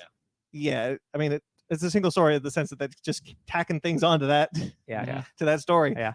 So they're really marketing as like this is the final Craig era Bond film. This is the end of the journey we started on with Casino Royale. and possibly the last Bond film for a while. At least for a while. Yeah, while, for a yeah. while. we might The rights are we changing. might so- just have 007 films, not James Bond films. Oh, that'd be dope. You're I'm right. because telling you, put Bond back in the 60s. yes, we know. Make it a period piece, and that's pretty much the only Or way you James Bond- diversify it. That's pretty much the only way James Bond works anymore because everybody's like, hey, kind of over like the white Show like yeah. womanizer guy. right. Kind of done with it. Because Bond, honestly, I'm sick of. I'm getting too old for this Bond. I'm a relic of the past Bond. If you want to do cool spy shit, go back and do cool spy shit when the cool spy shit was set. Like there's like Bond, I don't So- think fits in the modern world anymore. So essentially, back when cool spy shit was cool spy shit. Right, like give me weird gadgets. Like do Kingsman in the 60s because I don't think Bond can survive in the modern world. I know Bond can't survive in the modern world. No, people have already made that clear. Like, yeah. that's like no one in the new modern audience is interested in another white guy playing James Bond. Yeah. They're not. They're done. They're like, get a black guy, get Henry Golding, get Henry Golding. get a lady Get Lashana Lynch to play a just to play a 007. There you Yeah. go. Get any Contagious. of those things, but we're done with white James Bond. And I do think that you're right. The only way to fix that is a period piece. I don't think they're going to do that. No. I think we're getting a 007. I'd love Yeah. to see Idris Elba as 007, just saying. Yeah, that'd be great. I just told you I was tired of old Bond. Yeah, but he wouldn't be Bond. He'd be a 007. Well, I think if they cast He's not a relic of the past. He's just old. I do think that if we recast another male in the part, whatever ethnicity, it's Bond. But if we go the female route, I do think we're looking at the new 007 franchise, like with I don't. Lynch, as we're I don't talking think about. that's necessarily true. I think that if it's a man, it could also be part Because of the we've had 007 thing. 006 Because James Bond James Bond is a character, and I think that they want to move away from the character. you can make it a franchise that's about the 007s, not about a single white guy. It could Yeah, it could be and anybody. That's what I was trying to get at before. Yeah. With the idea, like I think there is a world, and the Broccoli's are ridiculous people, who have had the Bond franchise for far too Her long. name's Broccoli. They aren't willing to do this, but I do think there is a world where you can have your cake and eat it too with Bond. You can have the 007 films probably continuing the Craig era Bond films, or a new or a not connected continuity or something like that, or whatever. And you can have the fun spy era James Bond with a recast, different ethnicity, whatever you want, James Bond. And I think that there's an audience for Bond There's that world can- enough. that can be split. I think the Bond audience, you can split it easily and have a successful franchise. I think you can too. I just don't think that the passion exists right now for what it is. in the film industry to make period piece Bond. Mhm. I just don't think it's there. Going back to this trailer, I don't know if this is like the fourth or like fifth trailer I've seen at this point. But this is the trailer I actually do wish I didn't see, because there's stuff involving the villain and like the science stuff that he's doing that I was like, I got a little more insight that I needed. So now I'm like, I kind of have an idea what this movie is. If I've watched all these trailers, I'm like, it's the movie's fault. That's the pandemic's fault. Yeah, you I know. mean, not everybody can be as surprisingly good as Free Guy. No, I just mean, yeah, that's true. Yeah. In terms of not spoiling anything, that's true. Yeah, like Free Guy put out as many trailers as Bond at this point. And yeah, it's true. And only spoiled one element. And It's true. like now I totally agree with you. Like at this point, I feel like I've seen the movie. Yeah. I'm because they already ready showed, for this movie to be out. they showed a lot of the good action in those trailers, and I know there's obviously going to be more, but like this trailer was like an emotional one, and also showed like but you've more. definitely seen like every action beat, even if you only saw it for a moment. Yeah. So you know every action beat that's in the movie, even if you don't know the whole thing. We see the car chase. We see the scene under the water. We see a whole bunch of other crazy shit. It's like, yeah, we have seen this movie. It's like, just let me see this damn movie Between all the already. trailers, it feels like there can't possibly be more locations and things happening in this movie. How- I've seen them all. If they make another Bond film, who do you think they rip off? Because when Craig started, it was Bourne. So where are we going next? Do we think we're trying to rip off Mission Impossible? No, I think the next trajectory would be not necessarily going to the 60s, but more of that sensibility of more like kind of like Kingsman? like goofier, You think Kingsman? a little more Kingsman, like goofier. You rip off John Wick. You go harder If you're going You wanna go for harder? modern, you go not necessarily harder, but you're going for like the realism now. Yeah. You're going for the realism action. I mean, that's what Casino Royale was, though. Yeah, but I mean like the realism with his weapons, the realism like the gadgets get toned down. See, I agree with Brandon in No, the sense going back. Like I agree that that's the way to go. Yeah. I'm saying if you're trying to make it now modern after Craig, and you're not thinking of period piece, like I don't have faith that they are. The thing you're trying to copy is John Wick. Yeah, I think so. It would be interesting if it was Mission Impossible, because Mission Impossible used to parody Bond, and now it'd be the other way. Everything eats each other. Well, and I mean that's the whole thing. Like Mission Impossible is the thing that proves what modern spy movies stuff should be. Yeah, and James Bond can't be that. Yeah. All right, that's enough of that. Hopefully, the last time we talk about this movie until it comes out. It has to be, man. God, it's been like literally 2 years. Red Notice. Guys, go check out our review for No Time to Die. Oh, yeah, which was actually- released when it was originally released. That's true. We did from the review that. beginning of the pandemic. Red Notice. So Ryan, Yeah. describe the way that this trailer was made. Oh, so before I saw this trailer, I saw it was described as like, what if an AI generator made a movie trailer? Like what they think a Hollywood movie trailer would look like. And after watching this trailer, I agree. There's nothing. It doesn't. I can't say this is. It looks like an awful movie, but there's literally nothing new or original or special about this trailer whatsoever. If you like hot people saying quirky lines you've heard 100 times before, this is for you, not for me. Yeah. Man, at first I was like, oh, we're dealing with a cat and mouse film. You got two high-profile thieves and an FBI guy trying to chase him down. He's working with Interpol. I'm like, okay, I can get into that. And I haven't seen anything like that for a while. And then, they catch one of the guys and they have to work together. All right, buddy cop movie. Why? What else is going on? Why does the end of the world feel at stake? Real quickly, Ryan Reynolds was cast in this film a while ago as they tried to get it to Netflix. And he was cast so long ago that this movie is the reason why he shows up in Hobbs and Shaw. That's so funny. Wait, Ryan Reynolds is in Hobbs and Shaw? Yeah. I didn't know. You didn't see that movie yet? No, I haven't seen that movie Oh, yet. there's a great joke where they're like agents lock and load. He's like in a scene and a half. He's like a cameo. Oh, He's good in it though. okay. Because they met to do Red Notice. They needed a place, so they put Ryan Reynolds in it. That's so funny. Oh, okay. Well, hey man, I mean, this could probably be like a nice like comfort food movie, but like there's nothing here. I mean, like it started off with promise and then it just teetered. Yeah. That- yeah. I got nothing. It looks really. like a movie. Yeah, It does look like a movie, and also it looks like it's a movie on Netflix. So it's like, cool. I don't have to pay to see this movie. that's true. Malignant. Spooky shit. I want to believe in this. I do believe in this. I have no reason. I think not every to. time Yeah. every time James Wan is behind the director's chair of Yeah. a horror movie, I've liked it. Yeah. So Yeah. I have no reason to doubt this. And Yeah. he's saying this is genre bending. He's talking about this being new. Mhm.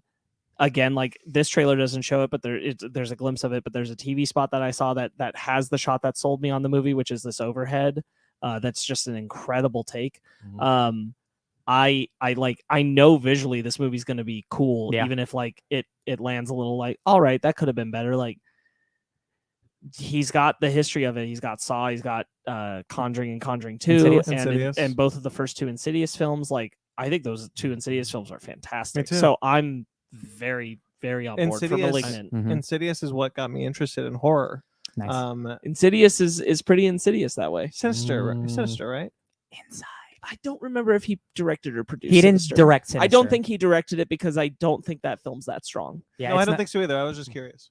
I think he produced it though. The only He's produced more horror movies than he's directed, and the producing ones are not always hits, but the directing ones are. Mm-hmm.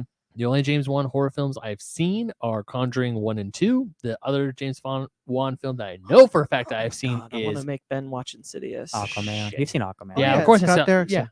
Yeah, it's Scott, Aquaman. Scott Derrickson did Sinister. Yep. Yeah, so as far Ah. I've only seen 3 James Wan films that I can confirm I have seen, and seeing this one, I'm like, this one's probably gonna scare the ever living crap out Yeah. of me, and I don't know if I'm ready for it. Okay, Most James likely. Bond movie, James Wan movie marathon for the Fickner podcast. No, Let's do it. No, Just strap him down. I mean, we Please, reviewed no. all of his movies on this podcast, so except for for the Saw. Insidious films. Insidious yeah. and Saw. I'm sorry, I yeah, meant like yeah. his big blockbuster ones. Yeah, okay. All right. Yeah, I'm very intrigued by this one. I'm not. I will say conceptually, I'm not quite as intrigued as I am about the Night House, which is out right now.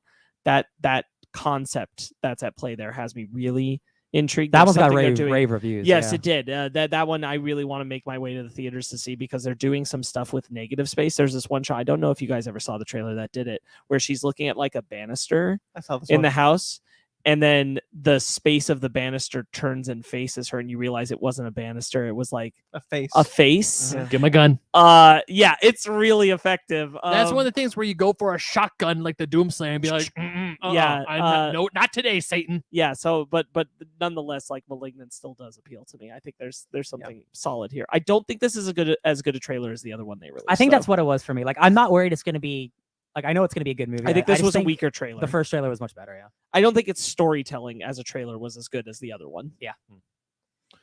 Moonfall. Oh, you mean the Legend of Zelda Majora's Mask, the movie? Listen, Emmerich's had a couple years I off. definitely It's don't been- mean that. 1 week since Emmerich made a movie. Listen, it's like every couple years, Roland Emmerich comes out of his hole and he's like, destruction movie? And then we're blessed with a either totally fine or really cool destruction movie. I think it's refreshing that there has been at least a gap of a few years now where someone else wasn't making the like rampant destruction film. The last one was Geostorm and nobody saw that. So like I haven't had an interest in them for a while. Mhm. Emmerich's pretty good at doing it. I give him the credit for that. I just don't know if I need it. I feel that I will say this was a teaser, so we didn't see a lot, but there's a lot more going on in this movie than just the moon's falling. Like there's very clearly like a big old monster in that moon. And there's lots of crazy like sci-fi imagery and like sci-fi like really weird stuff going on. I'm like, he doesn't normally go this hard into sci-fi. I agree. He's kind of a more generic director. I don't mean that negative. He's more of a broad audience, 4 quadrants director. Here's what I'll say based on my Emmerich viewings, which don't include the most recent Independence Day.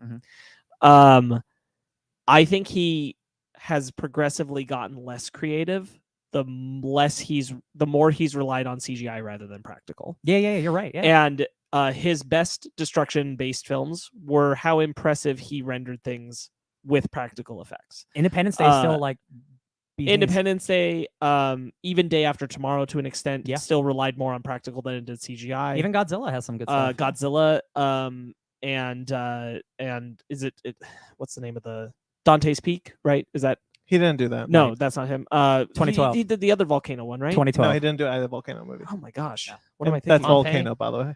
What's the one? No, Pompeii was Paul W. Sanderson. What's the 2012? No. Like earlier in his career, he did Before another Independence Day? destruction one. Yeah. Oh shoot! Deep Impact? No. Oh well. I'm gonna find it. God. Anyway, nonetheless, like that point stands. Like I think the more that he comes to rely on CGI, the less inventive his directorial style has been. Yeah. So that makes me kind of go like, we're kind of just all right. Yeah, it's destruction. Like it's mildly more competent than like the general directing projects that you'll get out of people doing that, but it's not. This is not the first time he's It's been to not the stunning moon. you. But again, like This is not the first time he's been to the moon. Armageddon. Moon 44. He did Universal Soldier, which is a spin-off of Blade Runner. Stargate. The Patriot, Day After Tomorrow, 10,000 BC, that movie's not very good at all. 2012, Anonymous, White House Gotcha. Down, That movie's really good. Independence Day Resurgence, and the Midway. Gotcha. I remember Midway. White House Down is awesome. I didn't know he's the one who directed that movie. That one's good. Is that Jamie Foxx? That's Jamie Foxx. Wait, and nope, Channing just Tatum. kidding. I'm a liar. You're Olympus Has Fallen is the great movie. You're Yeah. thinking of Olympus That Has movie Fallen. rules. Yeah, I was going to Olympus say is- White House Down is the one with Jamie Foxx as president, Channing Tatum. Yeah, it's Is that Channing the guy who Tatum. comes in and saves him. Yeah, No, I misdirect. There is a sense that I get with Roland Emmerich that Day After Tomorrow 2012, even Anonymous to some extent, are definitely him trying to tell us how angry he is, but not being the kind of director that could express that visually. Global warming. Here's my destruction movie. But Independence Day Resurgence showed a bit more of what I want him to do these days. I can't speak to that. I find Independence Day Resurgence to be fun because it has a really interesting creative design, and it's campier than his other films.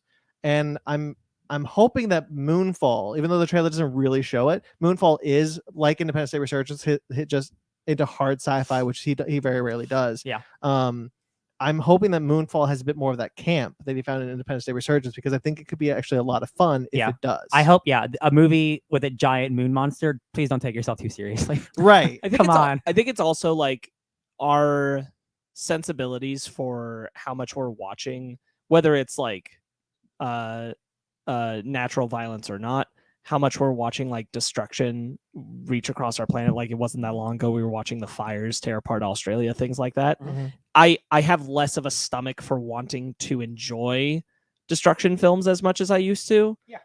And I think that definitely is like a reaction to watching our climate affect our world and watch people lose their homes and buildings and things like that. Sure. According to it. And this is me just admitting a bias. Like I think that makes me less inclined to really want to chase after that destruction film genre. That's fair. And honestly, again, like I am not here for the destruction. I'm here to see what's in that moon and all the weird sci-fi stuff that's happening. Like, because again, at the end of the day, it's just a bunch of $1 billion of CG just happening in front of me. I'm like, this doesn't matter at all. Doesn't matter. And that's me lamenting. Like, I think he was good at like landing a particular eye when he was able to work with practical effects that added a gravitas to it that made it feel tangible, made it feel accessible. True. Okay. Should we get into our main topic then? Oh, it's ring time, Sonic time.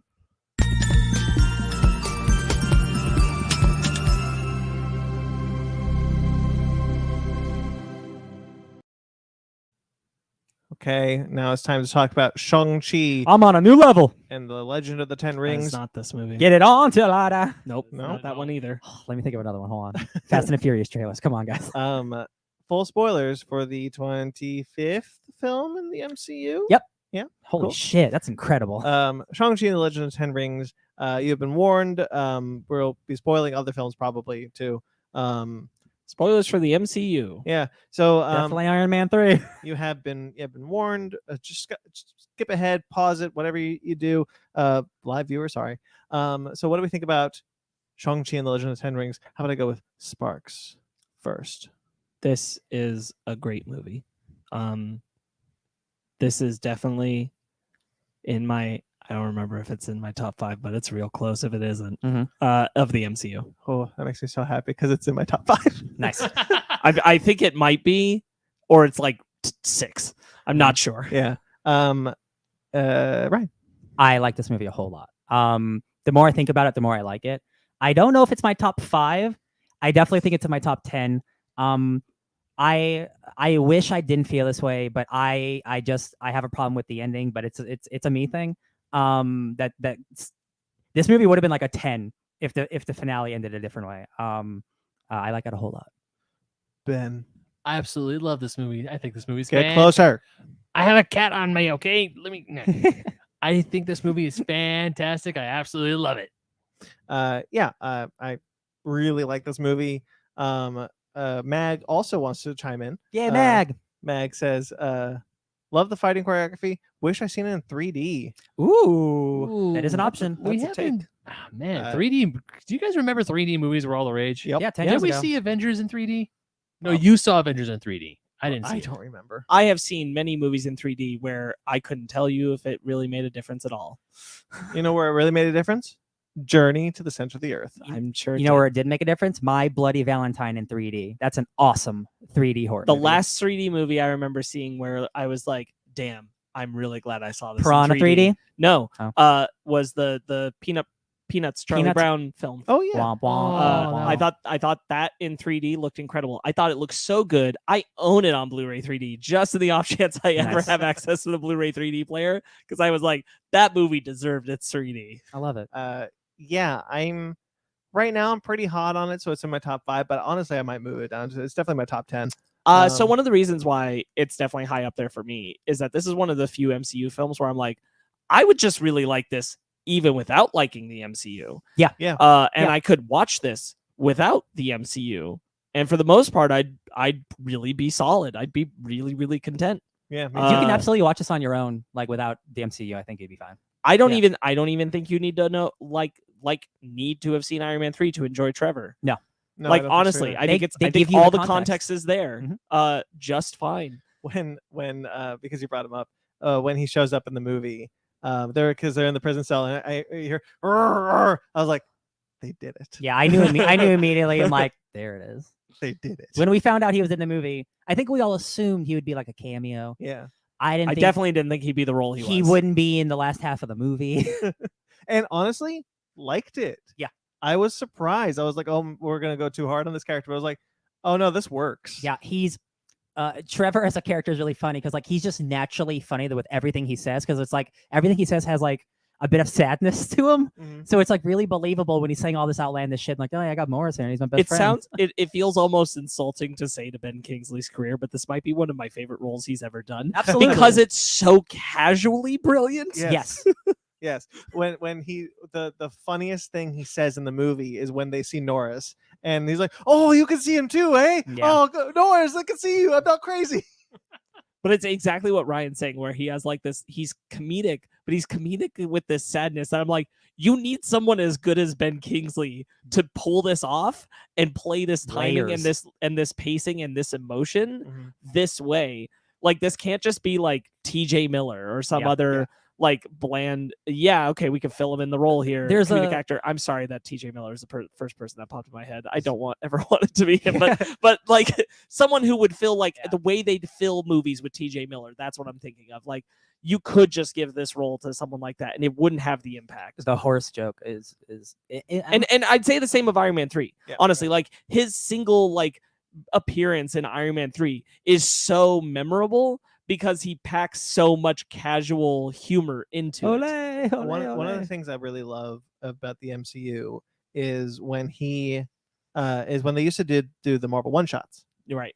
And one of the most significant All ones, Hail the King. All Hail the King, which they just added to Disney Plus. And when I saw that, I was like, oh yeah, confirmed. And what's really great about that is that was Drew Goddard saying like, no, he was never meant to be the real Mandarin. He was meant to they created something. And so seeing the payoff of the All Hail the King short film was really cool, because we waited so long for that. And so it was such a cathartic payoff to finally have like, here's what happened to Trevor after the Mandarin took him from jail. It's also, by the way, the last time we saw Justin Hammer.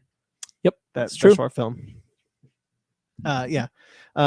Ben is loving this cat. I have been chosen. It has been awesome. Oh no, she moved. Anyways, I had something to say. So yeah, like I said earlier, I absolutely love this movie. One of the things I do love about it is obviously the fight choreography is amazing, but something that my girlfriend Fanny brought up to me that she really enjoyed and I also really enjoyed is the fact how it switches from English to Mandarin. Like there's a lot of like when the movie opens up, it's like in a this might be a bad comparison because it's spoken in Spanish the whole movie, Pan's Labyrinth. Because when it started speaking in Mandarin Chinese, I was like, hold up, did we just go into the wrong theater and we got like the Chinese subtitled one? And then when they finally did speaking, they don't start speaking English until like what, 15-20 minutes into the movie?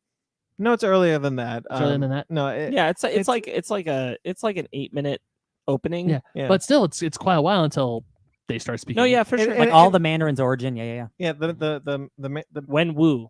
Speaking Mandarin in the film is really cool that they do that quite frequently.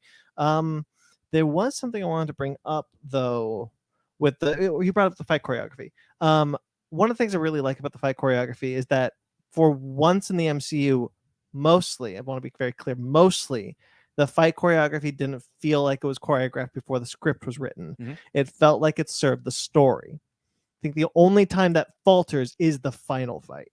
Yeah. Well, do you mean the final fight with the dragons or the final fight with Wenwu? The final fight with the dragons, because Yeah, I think Wenwu is very much that's my Yeah. that's my problem with the movie. It's the Yeah. dragon stuff. Yeah. It helps one that you have cinematographer Bill Pope, who worked on like The Matrix and a bunch of other great movies. and I think got a great eye. that shows up, especially in the Hong Kong sequence. There is one that specifically stands out to me. Obviously, the opening fight with Wenwu and The mom. the mom, is really great. The fight where he's about to fight Simu Liu is about to fight the guy with the mask, and we Death Dealer, and we flash to all the moments that person tortured him in his life, and Mhm. it feels, you feel the weight of that fight. It's almost really a bummer when that fight doesn't get finished. That character is killed not by that character's not defeated by Deathbringer. Death Dealer. Death Dealer. I think they're cool. I think it's the marketing's fault, and like they have a toy, and like I think they're underutilized. I think we also missed. There probably is a deleted scene because the weight of Death Dealer is supposed to be on both Shang and his sister, Xiaolin. but you don't get the background interaction with Death Dealer and her because he is her big boss fight at the end. And that would have had higher emotional level if they'd had the same build up history that Shang and Death Dealer are given. Right. So I think that's just absent, and maybe even because they looked at it and thought this is kind of repeating that same beat, and they felt like maybe it was more important earlier in the film. But I agree. I think like Death Dealer is one of the like small little missteps of the film, is that Death Dealer's presence just isn't 100% satisfying. Because of how it's handled in that. Kind of talking around that context, the pacing of this movie is incredible. Oh my god! When I think about what this looks like on paper, with all of its flashbacks and when they happen and the emotional beats that it's following and the threads that it takes, I'm like, this shouldn't work, honestly, but it does. It's amazing how well this movie flows between its like flashbacks and its present pieces. The flashbacks are so brilliant when they're used to create two different narratives of Wenwu, what Shang-Chi saw and what we're told of him being like he gave up the thing. And speaking of All Hail the King, there's an interesting line in All Hail the King that I picked up on when I watched it recently. I watched it this week. I forgot to mention that. So I did do a couple things. They did there's a line where it's like it was dormant for a while and now they're getting back into the game. That lines up with the death of Shang-Chi's mom. Yeah. Because he hung it up. He hung up everything, and then when she died, he started picking up the 10 rings. Yep. Again. I thought that was also just, it's a throwaway line in All Hail the King, but it works really well in this movie because it works to strengthen Wenwu's character throughout the film. Guys, do you know who Wenwu is? He's Dracula. Yeah. Dracula lost his wife. And then he wanted to take over the world again, and I love that. I love a wife guy. He is Dracula. That is that's nuts. The whole movie, from the moment that it gets to Wenwu encountering their mom, the whole movie flows just as smooth as that action scene does. The whole thing, like the way it carries from beat to beat, it moves that well. Until the fight with the Dweller from Darkness.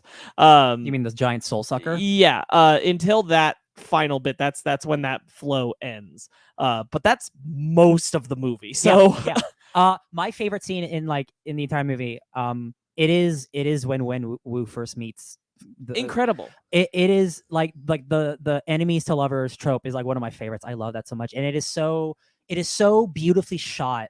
And how like they're fighting, but they're holding each other's punches and like they're smiling. Like it is so sexy, you guys. It is like it's like the energy's in the air with these two, and it's like, oh my god, this is so good. That is truly when the choreography goes from a fight and turns into a bit of a dance. Absolutely. And it's very well done. That's what I was getting to with the idea that the action serves the story. The action itself is telling a story. Right. The incredible visual payoff at the end when Shang fights his father and they do the same. Oh, and he's looking down at it. One of the best moments in the movie. It's when when Shang is training with his aunt who he just met. And she does a very simple maneuver of opening his palm from being a closed fist to an open palm. And it's like, don't be so aggressive. Like, and I'm just like, oh man, you don't have to only fight the way your dad. Yeah, and I'm like, you. you're born of both of multiple people. You're not just your dad. You're also your mom. I'm like, oh, this is the good family shit. Like, this movie has maybe the best family dynamic stuff in all of the MCU. Like, for real. I also think one of the better. I want to sit on a bit before I say one of the best, but definitely one of the better MCU villains. No, I think he is one of the best. I think he's one of the best. It makes me really sad. Even if they never brought him back, I wish they wouldn't have killed him because he's so tragic. He is so tragic. And again, even if they can never bring him back, the fact that like it is open for possibility would have been great for that character. I don't think it was a good idea to kill him. So I watched What If after I watched Shang-Chi, and you see the kind of same dynamic that Doctor Strange went with Shang-Chi's, what was his name again? Wenwu. Yeah. With Wenwu, because he lost his wife and he got crazy for it. So he put the 10 rings back on, and then he's like, I'm just gonna go do some bad shit. I love how they choreograph the 10 rings. Well, and the thing is, like, it's not even crazy. It's like he's hearing voices. But before that, before he hears the voices, all it is being driven by, well, I lost my wife, so now I'm on the rampage and it takes years to find the person who was responsible. And he's like, I'm putting everything back into, and it makes sense because I'm a person who has lived lifetimes of leading violence. Of course, I'm going to go right back to that when someone murdered my wife. Yeah. And so that's it makes sense, but it's tragic. And then it's more tragic when you realize that the force of the dweller within darkness has taken advantage of him. Yeah. And he truly believes completely his wife is trapped. And he needs to free her. Like the second he says, "Oh, my wife is trapped in the village," I'm like, "Oh no, this is gonna be bad news bears all around." I brought it up real quickly. The 10 rings, how they visualize them, the changing of what they do for this movie. I think that looks really cool. How they choreograph the fight sequences to use the 10 rings in really fun ways. Right. I forget. I don't know what the actual martial art's called, but that is an actual martial art of having rings on your arms and like deflecting and stuff like that. So it is a really cool and practical way of making something alien, very human. Right. It's so fascinating what they're doing with both Shang-Chi and the 10 Rings compared to the comic books, because this is without a doubt the biggest power upgrade a character has gotten when joining the MCU. Because you guys have read enough Shang-Chi comics to know now that dude's a dude. He's just a dude and he fights. Now he's an Avenger. He's an Avenger level hero with magical artifacts that are like the most powerful artifacts on the planet. That's wild. For me, this is where my problem comes in at the movie. The big finale isn't with his father, or the big climax. It's with a big ass stupid looking dragon. And he doesn't use any of his martial arts. I mean, you guess you can do the mom win stuff, but like, it felt just so like this is. It didn't work for me. I'm just gonna be honest. It didn't work for me. And visually, it's really cool. It looks super cool. I love it. Giant dragons fighting, but like the movie should have ended when he fought his dad. If I may pull a positive, Please. because I don't disagree. Yeah. But if I may pull a positive, I think the dragon, the guardian, who Mag has a quick question. Curious if they are related to Fin Fang Foom. No. I will get to that. Oh, yes. The guardian dragon looks really impressive. The CGI on it is really great. I don't have a problem with the guardian dragon. I think with the movie's finale, with the tiny dragons happening in the city, and then Shang fighting his dad, that's a cool ending. And then we hint at the future of the big ass dragon, right? I just don't think that a movie that starts with dudes fighting on a bus should be having your main character not using his martial arts to fight a giant cosmic dragon. For me, this movie cost $200 million, you guys. This movie should have cost like $50 million. And I know it's a Marvel movie. I know I can't expect like, I understand like this is the thing it is, but like this movie was exactly what I wanted to be. And then it became another Marvel movie. And it just really bummed me out. So Ryan and I talked about this, which is that I think that part of the reason this happens is because they feel like they have to make it clear. I think it was a misguided interpretation, but they interpreted that for audiences, they need to make it clear that he is an Avengers level hero. And the only way they could really do that is with this dragon fight, rather than like if he just fought his dad. They didn't think that that would cement him enough. Yeah. At this point in the because he would still MCU have as the that 10 rings. as that level of someone equal to the Avengers, which is silly because Hawkeye was in the Avengers. Exactly. But yeah, I mean, like Black Widow, you know, like can have that not be a big thing. Like with, you know, like the finale with Taskmaster isn't that big of a deal. Yeah. Like we don't need to, visually speaking. Yeah. I don't think it was necessary either. I do really like having the moment where his dad has the flashback of all his interactions with his son and then releases the rings to him. Yeah.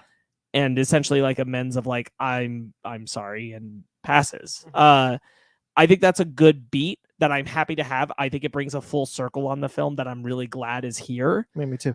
Yeah. I don't know that it's worth necessarily having the dragon fight for that. But I am glad that beats there, and I understand that the dragon fight does facilitate having that. Yeah. It also facilitates another important character moment that I'm glad is there, which is Sean grabbing his sister and saying, "I will never leave you again." Mm-hmm. That being said, still not crazy either myself about the dragon fight. I feel like it was bigger than it needed to be. I feel like we could have ended on like just the few of the dwellers underlings that had gotten into the village left, and he had his final confrontation with his father and then ended there. So like real quick, last, like I think you can even keep the dragon, the big ass the black dragon. I think the guardian dragon's fine. That's cool. I'm cool with that one.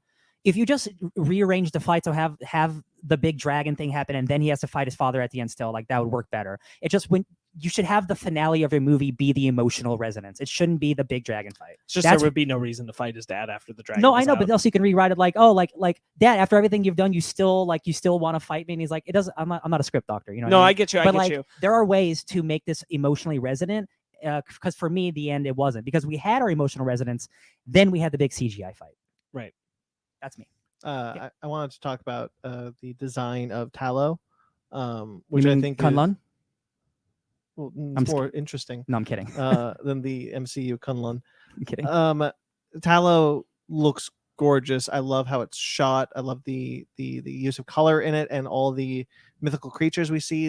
I really like how they populated that world, and I just think that looks really visually interesting in a way that I've not seen in the MCU, and I was really into it. That's what I wanted to add about that. Yeah. Anything else? You guys done? No. I like the dragon scale stuff. I think it's cool that, like, I was worried that like it was just going to be a vibranium once I saw what it looked like, but it's like, oh, it's dragon scale. Like, that's pretty cool that they have that. What's the connection to FNFM you were going to talk about? The post credit sequence. Like I am 90% sure that like whatever this great unsucker thing was just like one of many of FNFM's like race. Yeah, that was interesting in the movie. One of the things I was curious about is that they start to hint that they're going to talk about where the 10 rings came from, how they were connected to the creature, and then they don't. Yeah. Leaving us to have it implied, or even just to say they're not connected at all. Yeah. So just like in the comics, like FNFM is from like this ancient like wizard dragon race, like from across the stars. In here it's like an alternate dimension, which is cool. But like, yeah, like the rings are sending out a pulse now that they've been used. So like, there's just like Independence Day Resurgence, there's an army coming. Like, they're gonna come and attack us eventually. So that's probably what Shang-Chi's sequel will be. Just more. Sorry, thank you, Shang-Chi. It's probably just more big dragons, I guess. Or probably the next Avengers. Yeah, I guess. Because they are heavily implying that at least one of the next time we see him is in an Avenger movie. Yeah, that makes sense. I really like what they did with the 10 rings, because we only saw really like one power used. Because the 10 rings, they have 10 different abilities, and I think over the course of the MCU, we're gonna learn more about like what Shang can do with these rings. And like, I wanted to pick up on a little thread that you talked about with the finale. I don't have very many strong feelings about it being a dragon fight. Like I said, I really like the design of the white dragon, the Guardian. Yeah, I do too. But I really like that the choreography stays through stays true throughout. When Shang is destroying the dragon, he's using his mom's martial arts to manipulate the rings in a way. And I think that choreography just looks really visually interesting. That I was really into. That's really just what I wanted to add there. Big dark fighting a dark monster. Yeah, looked cool. It looked all right. Visually, I have no problems with it. It's just like emotionally, like I was kind of checked out, to be honest. Yeah, I kind of see that. I was really hoping for.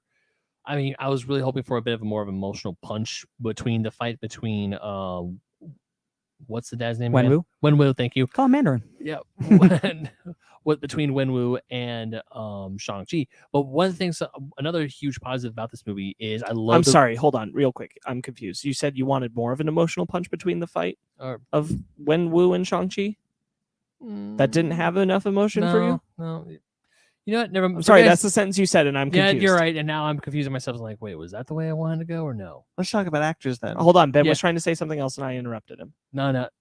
Yeah, forget everything I said about that. But the one thing I do want to talk about is the chemistry between Awkwafina and Simu Liu. Sure. Because I love those two together. They are awesome. Marvel's Katie. I'm really happy with Awkwafina post The Farewell, which I think is a really great movie. I tweeted about it earlier. It's on Prime. Check it out. I was nervous about her turning into like a too big joke sidekick, and I'm glad that they didn't go that route. I'm glad that there's a subtle arc for her under the film of her talking to people and being like, man, that's cool. You like found the thing you're passionate about. Like when she has that conversation with Trevor is really good. And that's informed later when she's talking with the people at Talo about herself. And it's like, cool. There's a thing here, and it's not overly stated. It's just present enough where it's like, cool, this character has something going on in this movie. There's a great like if you don't shoot, like if you don't shoot, you won't miss. If you aim at nothing, you'll hit nothing. There you go. That's some good wisdom for you. And I think having that motivates her getting involved and doing stuff and being connected to Shang through that in a way that other films, even MCU films, don't usually do the legwork to make happen. Yeah. So that's why it's really nice that it's there. I think that something that's really nice about the movie is that there's an idea that Shang could have stopped his dad. He could have talked him down. And part of the reason why everything goes the way it does is because Shang doesn't want to until the end. Yeah. Like what he wants to do when his dad is on his way is he said, I'm going to kill him. That's what I'm going to do. I'm going to kill him. Right. I do lament that his sister's not there for the conversation with his dad. No, when he says to Katie that he killed the guy, that he killed the man who ordered the kill on their mom. I feel like that's something his sister should know. Yeah. That's part of the thing. I mean, it could come up later, but like that was part of the reason why he didn't come home. He felt guilty about to it. her. Yeah. And I wish that she had been part of that conversation. I think that maybe even arguably could have been more important than him having it with Katie, though I think to him, maybe in his mind, it's more important that he had it with Katie. Sure. Zhao Ling is awesome. She's the person who runs that fight club that we saw in the trailers. She's got Hope Van Dyne's hair and Hope Van Dyne's daddy issues. Yeah, basically. I really like that her motivation is like, I wasn't allowed to train, so I trained by myself and got even better than you. I always love that. I think that's great. Right. I wish Wong and Abomination weren't in the trailers, if I'm going to be honest, because I expected more and I got literally nothing more. And I'm like, sure, it's cool. It's cool. I'm confused what their situation is. It's like they're there and then they're not, and then they just do the fight and then that's it. I just wish I had context for what was going on. Yeah, me because it's just like, oh, cool cameos, I guess. It is something that's really an interesting space to be in with the MCU, just in general. But I think they do it better in this one than they have in the past. It is there to be like, oh, what's happening the next time we see those characters, because clearly Wong is doing something, and Abomination is involved in some way, and we know Abomination is in She-Hulk, which apparently might explain what's happening according to the director, because I'm starting to assume, and I talked about this with you, Sparks, that right now what we're seeing in the MCU timeline is 2023 is packed with events just happening at the same time or close together until we actually catch up to 2023. Yeah. Because I think that there's a lot of the stuff that's happening around the same time, or at least just close together. And having that Abomination moment says to me like, man. oh, this is something that's supposed to pay off. Yeah. And something I mean, else. actually, that's like when you think about it, yeah, like the blip, like everything that we've watched so far is in like direct correlation to like when Endgame happened. Mhm. And Eternals is the week Endgame happened. Yeah. And like, oh man, yeah, it's just all right there. And they're not addressing any of it. WandaVision was like 2 weeks after or Yeah. something like that. Up until Shang-Chi, Far From Home was the furthest point in the MCU that Oh, we've gotten. so Shang-Chi has literally almost like it has like one mention of the blip, like, hey, like you got to live your life. First of all, I think that's a bad, she's a lawyer and she spent like years of her life going to law school. And she's like, you better live your life to the fullest. You could die tomorrow. So you're going to go to law school for 8 years? That's not how you live your life. I'm sorry. That's a bad argument from that lady. I'm just saying. They are partying every night. That is living your life. I'm just saying she should, right? That's a bad argument. So I absolutely love it when they're like, okay, it's midnight and we have the early shift. Yeah, we can be responsible, go home and sleep. Or and then they go karaoke. I love the payoff of that gag the first time and the gag the second time, and we were cackling in my theater when that happened. Long time. When they're singing Hotel California, or even when Aquafina starts singing Hotel California when she's trying to escape the high rise. Yeah.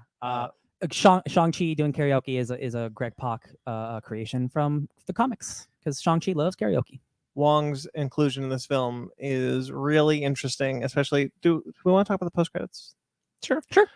So the first post credit sequence has Wong inspecting the 10 rings while Shang-Chi and Katie are there talking to Bruce Banner, not Professor Hulk, and Captain Marvel with her hair longer again. And I think that's very fascinating, only insofar as to say, what is Wong doing? He clearly has an agenda.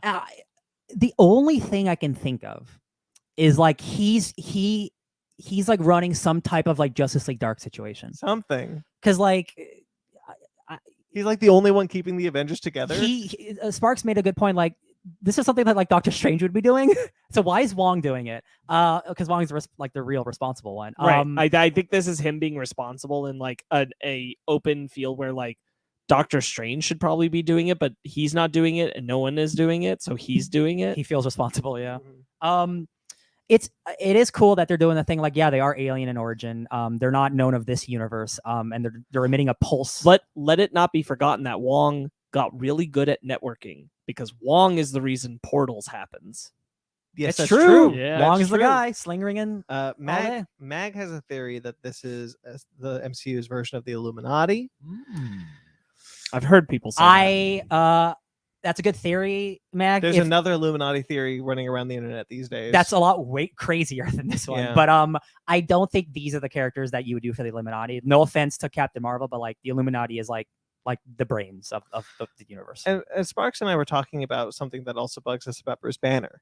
That all of Bruce's character development has been off screen. Yeah. So my major thing when I saw this post credits and I saw Bruce and he had his arm in the sling still and everything, and I'm like, all right. But he wasn't a Hulk. It bums me out only because I'm tired of Bruce's strong character evolutions happening off screen, and we're just dealing with the next phase of it. And it's like, well, he became this thing, like he became Gladiator Hulk and the in between, and here we are. And I'm like, yeah, I like that movie, but like I'm not getting like, and then we go on to Infinity War and it's like, yeah, Hulk's not coming out because he lost the fight, and that one's actually fine. Two things. But then Endgame, yeah, he's Professor Hulk, and we're not going to get the, he and the Hulk, they just worked it out, and here they are, and this is who he is now. And then it's like, nah, just kidding. No, he's not.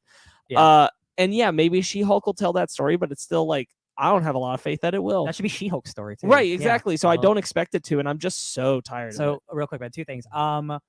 There's a deleted scene that's on Twitter that's going around right now of finally made it to Twitter. Yeah, of the Hulk during the Obsidian cold fight or whatever the guy's name is, where he turns into the Hulk. That should have been in Infinity War. And like it's a great scene, and it's like it's the Hulk and him like having like the Gollum talk and like them coming to an understanding. I don't know why they cut that scene. It was so stupid. Second, I had a point and I lost it. I'll get back to you. So one thing I did notice, because the whole time I was saying, hey, Bruce Banner's like normal again. He's not Professor Hulk. What's going on? And why is there? I noticed there's this like contraption on his wrist, on Bruce Banner's wrist. So I don't know if that's like maybe a suppressor, so he can just be shrunk down to normal size. And when he takes it on off, his regular arm. yeah, on his Ooh, I didn't- on his not I didn't slung catch up that. I didn't arm. catch that. It's a good There's like catch. a silver thing that has a green dot on it. Ooh, good catch, So Ben. I don't know. Amadeus Cho. That's how he turned into the Hulk. Yeah, there you go. So I don't know if that's like a suppressor where he just like pushes the button or takes off and then he turns into Hulk, but he still like has control over it, like like Professor Hulk. I deeply suspect we're getting Amadeus Cho soon. I hope so. Ooh. His because, mom exists. Because the thing is, you can't kill the Hulk, but Mark Ruffalo's old as shit. Oh, And he's he getting older. always looks older every time we see him. It's No true. offense to Mark Ruffalo. He does look very old in this. So I don't scene. think he's gonna keep Oh, doing this for I forever. got my second point. I know how they can actually do World War Hulk finally. So Hulk got to Sakaar way earlier than Thor did. In the original Planet Hulk comic, Hulk has a kid on Sakaar. Hulk comes back, and in like 5 years, Scar is grown up, and he comes with the warband to try to find his dad, and his dad is not happy. And like, oh my god, that's how you can do World War Hulk. And I'm like, they're not gonna do that. I just want. As long I as just Universal still has those Hulk movie rights, yeah. How can they? I have no idea, but they still do. because they still haven't made a movie, Yeah. and they won't. They still have the rights. Apparently, they constantly are approached to make a Hulk movie, and they just won't do it. I hate him. But so She-Hulk was like the way around it. Sure. Good. Yeah. Anyway, yeah, I like that one of the lines that I really enjoyed was when Captain Marvel bailed and he was just I don't have her number. She just Oh yeah, she just yeah. does this. Bruce has got my number. He'll give it to you. I don't have her number. She always does this. I think that's funny. Fun. I'm looking forward to seeing Captain Marvel interact with the greater Marvel Yeah. universe, and capacity more than just a hologram message. Yes. Yeah.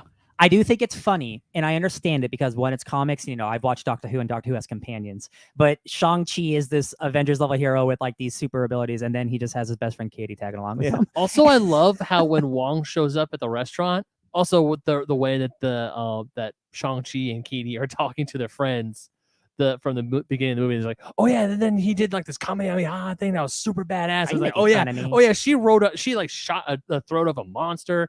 And then like when Wong pops up and he's like, yeah, and he says, hey, Shang-Chi, come with me. Cool. Oh yeah, you too.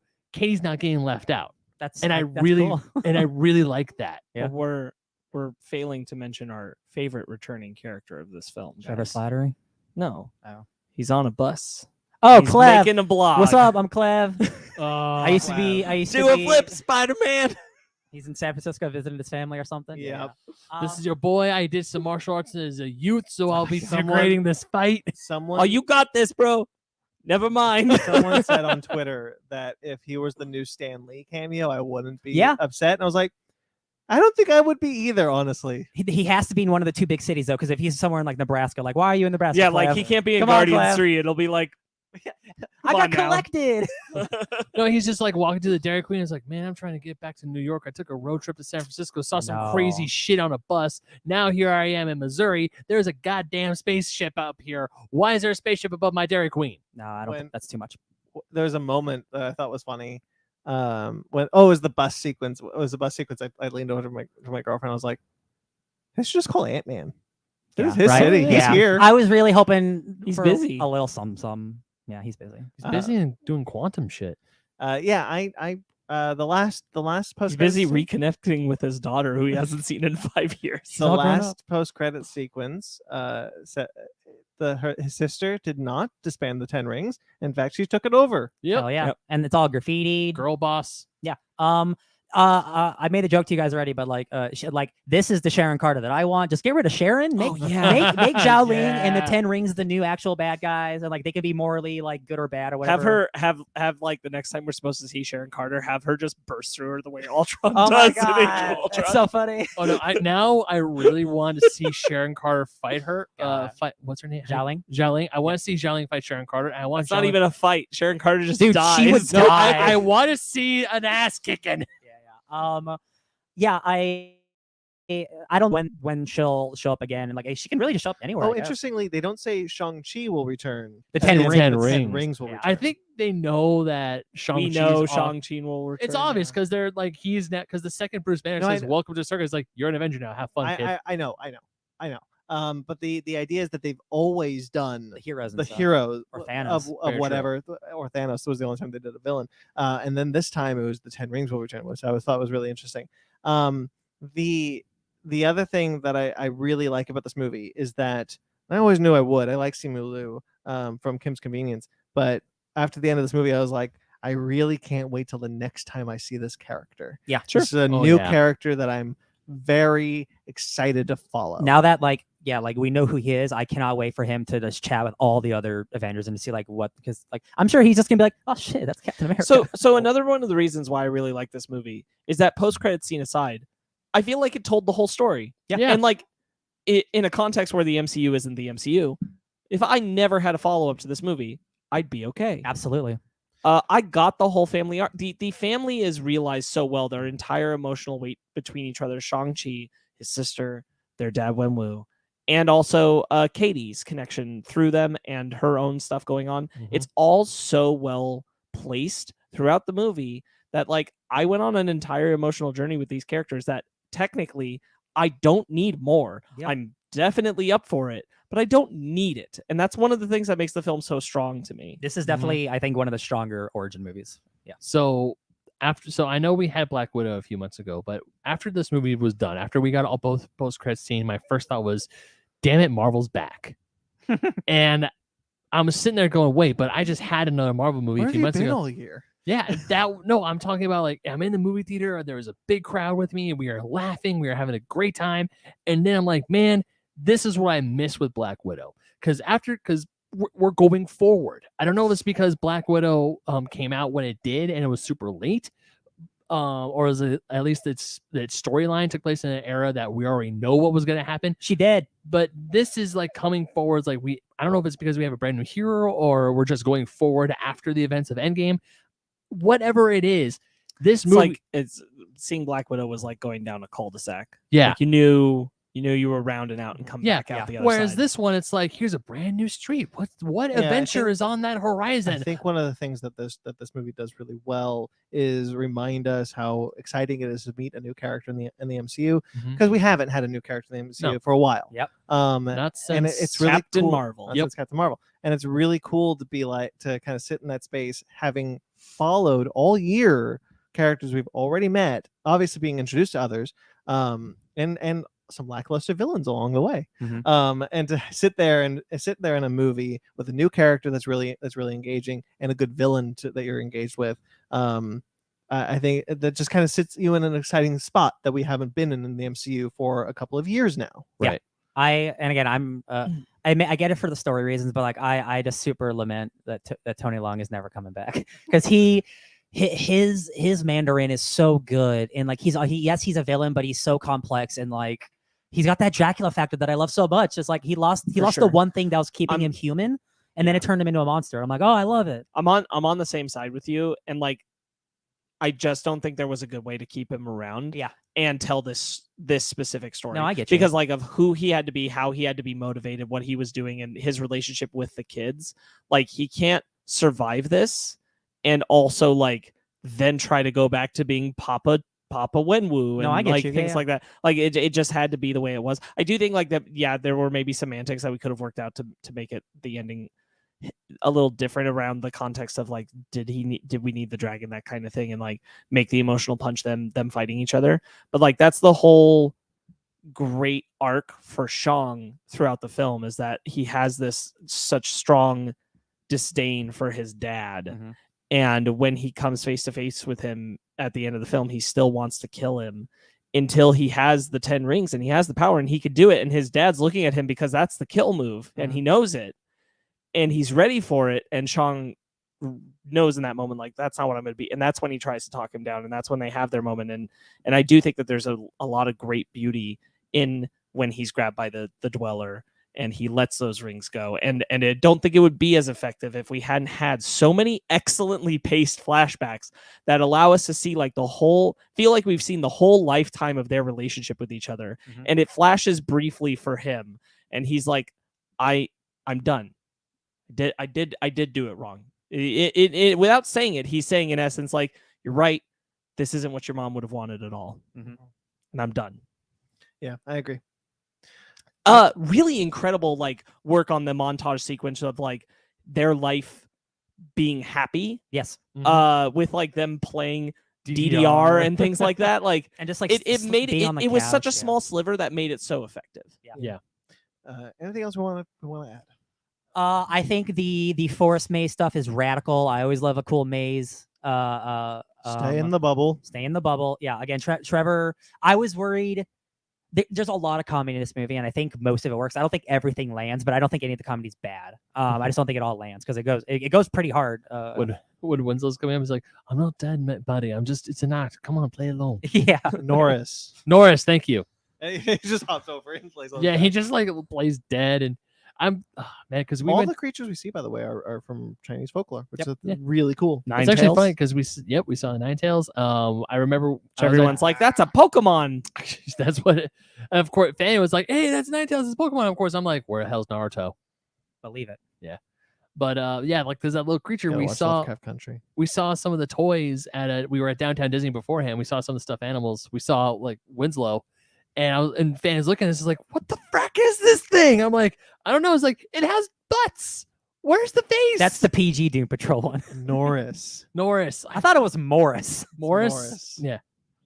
Well, now we know. Well, it's definitely not Winslow. Well, sorry. Rafiki. The one last thing I wanted to touch on because I didn't really say it is that I think Simu Liu is so comfortable as Shang already. Mm-hmm. He handles it with such an ease, bouncing between the action and the emotion, doing most of his own stunts and the comedy. He does a great job. I think he's the first one in a long time to have that feeling of this guy is comfortable his first outing. Yeah, probably not since Ant-Man, honestly, because I think Doctor Strange and Captain Marvel suffer from their lead actors being uncomfortable. Yeah, the first yeah, time. I would agree. 100%. What about Robert Downey Jr. when he was first Iron Man? Bro, he's since Ant-Man. Yeah, he said since Ant-Man. Okay. Like he's the best. What are you talking about? I was like, he was like, yeah, he was rocking that shit Brandon from day saying one. since Ant-Man, which if he didn't say Ant-Man, I was gonna say Ant-Man for sure. Paul Rudd's great. Yeah. Was one of the most recent ones. Yeah, I don't know that anyone else has been introduced on this level since then and felt that way. Yeah. Shall I rate? Yes. All right, I'll go the other way then. Ben? Oh, this is like a 10. Ooh. No, I absolutely Should have gone last. I absolutely had a blast with this movie. I really don't have any complaints with it. I cannot wait to watch this again. This is easily like, if not the top movie of my year, it's probably the top movie of my year. Honestly, this is on the list. No doubt about it. And I had a blast. I was laughing. The fights are amazing. Michelle Yeoh was kicking. We hardly talked about her. She kicked ass. Yeah, she was great. Just every single person in this movie was awesome. And she had a bad chore of being like the most exposition based character. There's one scene and like she gets through it just fine. Yeah. And it doesn't really slow down the movie, so I don't mind. But she definitely is the one who suffered from like, you're the exposition. There's person. definitely It's like a 2-minute scene of it's like, I'm gonna talk about this wall. Yeah. Ryan, why don't you rate it? I'm gonna give it a hot 9. I think it's definitely one of the best of the origin stories for Marvel. Definitely made me pick up more Shang-Chi comics. That guy's real cool. So you gave it a 9 out of 10 rings. 9 out of 10 rings. Sparks? I would also land at a 9, I think. Yeah, I think I'm sitting in the same boat. 9 or 8.5 or a 9. Probably a 9. Shall we get into our book club then? Book it, Dano.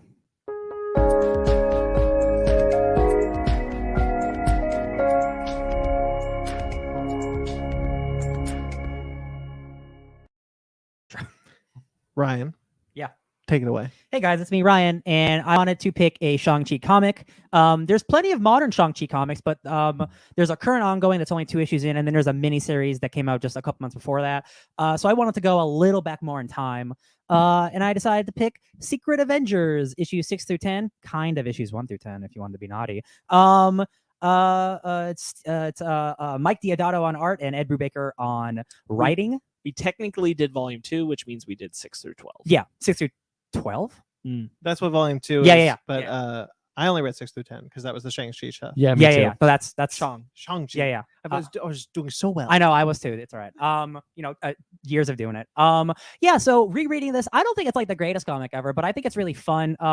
Did any who read all of it? Did anyone? I know I you read 1 through 12. Okay. Did you read any extra, Ben? No, That's I fine. I just read the Shang-Chi stuff. That's okay. And Brandon, you just read the Shang-Chi? I just read the Shang-Chi. Okay, that's fine.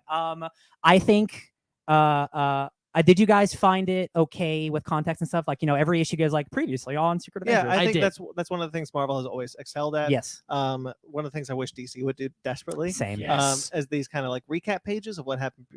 It's always prior. every issue of a comic is always somebody's first. Yeah, and I Yeah. think that's really cool. And for me, it helped a lot going into this because once I turned the page on that first issue on issue 6, after reading the recap, I was like, oh, I get it. Yeah. Yeah, Cool. I'm here. I'm in Yeah. the Yeah. story. So this is in came out in 2012. This is the Bendis era Avengers. This is after Dark Reign and stuff. Steve is not Captain America. Bucky's still Cap. But he's the captain, as he likes to be called or whatever. He's a commander. The commander. Thank you. That's even better actually. And he has his team of basically like almost like an X-Force, like a secret ops of Avengers. He's got like Moon Knight and Valkyrie. He's becoming more and more like Nick Fury. Yes, and that's honestly one of my favorite things about this book, because this era of Steve Rogers, he's much more espionage Nick Fury, a type of Captain America. And I think this book's really fun. Like, again, I don't think it's like the best thing ever, but I think Shang-Chi is really cool. I forgot how much I love Sharon Carter and Valkyrie. I miss those characters. They're very different than they are now, both in the MCU and the comics. But yeah, what do you guys think about this little story? Spark, since you read the most, why don't you go first? I think issues 1 through 5 are all right. Mhm. I don't think they're very door busting great. Yeah. I definitely enjoyed the back half 6 through 12 much more.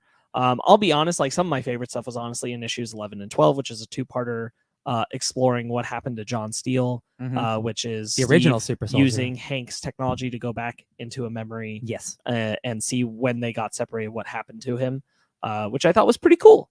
John Steele, for those who don't know, is an old school, old character that just like Edward Bicker did with Bucky Barnes, repurposed into America's actual first super soldier, and maybe he fought in the Civil War. He's really crazy. But otherwise, I think there's some good stuff in the Shang-Chi story. I like the art overall. It's very weird to read Hank now with Krakoa so present on my mind. Yeah, and, this go is back almost to this era of almost a Hank, and I'm decade like, ago. Yeah. man, but you kind of suck, man. Oh yeah, definitely. Reading Hank McCoy. As, I think if Steve knew you the way we know you right now, I don't think Steve put you on this team, no, man. it was definitely a trim. It was like, oh, that's right. Beast wasn't always an asshole. Yeah, they're both part of the Illuminati, and Beast betrays Steve in Hickman's Avengers. There's this part. I don't think you guys really hates Beast. I don't think you guys got to it because it's in the last issues. But there's a part where John Steele takes one of the lab assistants and holds a scalpel to him, and he's like, "I'm gonna kill them all, Rogers, if you don't stop messing with my mind." And Hank's like, "Little do you know, all of my assistants are LMDs." And then one of his assistants is in the panel, and he's like, "What?"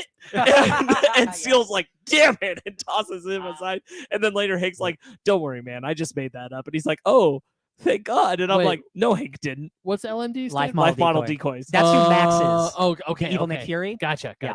And so Hank's like, "Yeah, don't worry, I made that up." And I'm like, I don't know if I believe that you made that Well, up. now Hank. that we know what, after reading the current X run and all the shit that Beast was getting into, it's like, you sure about So that? the plot of this arc of Secret Avengers is Shang-Chi's dad, who in the comics is Zhengzhou, excuse me, is an old immortal Fu Manchu mystic man.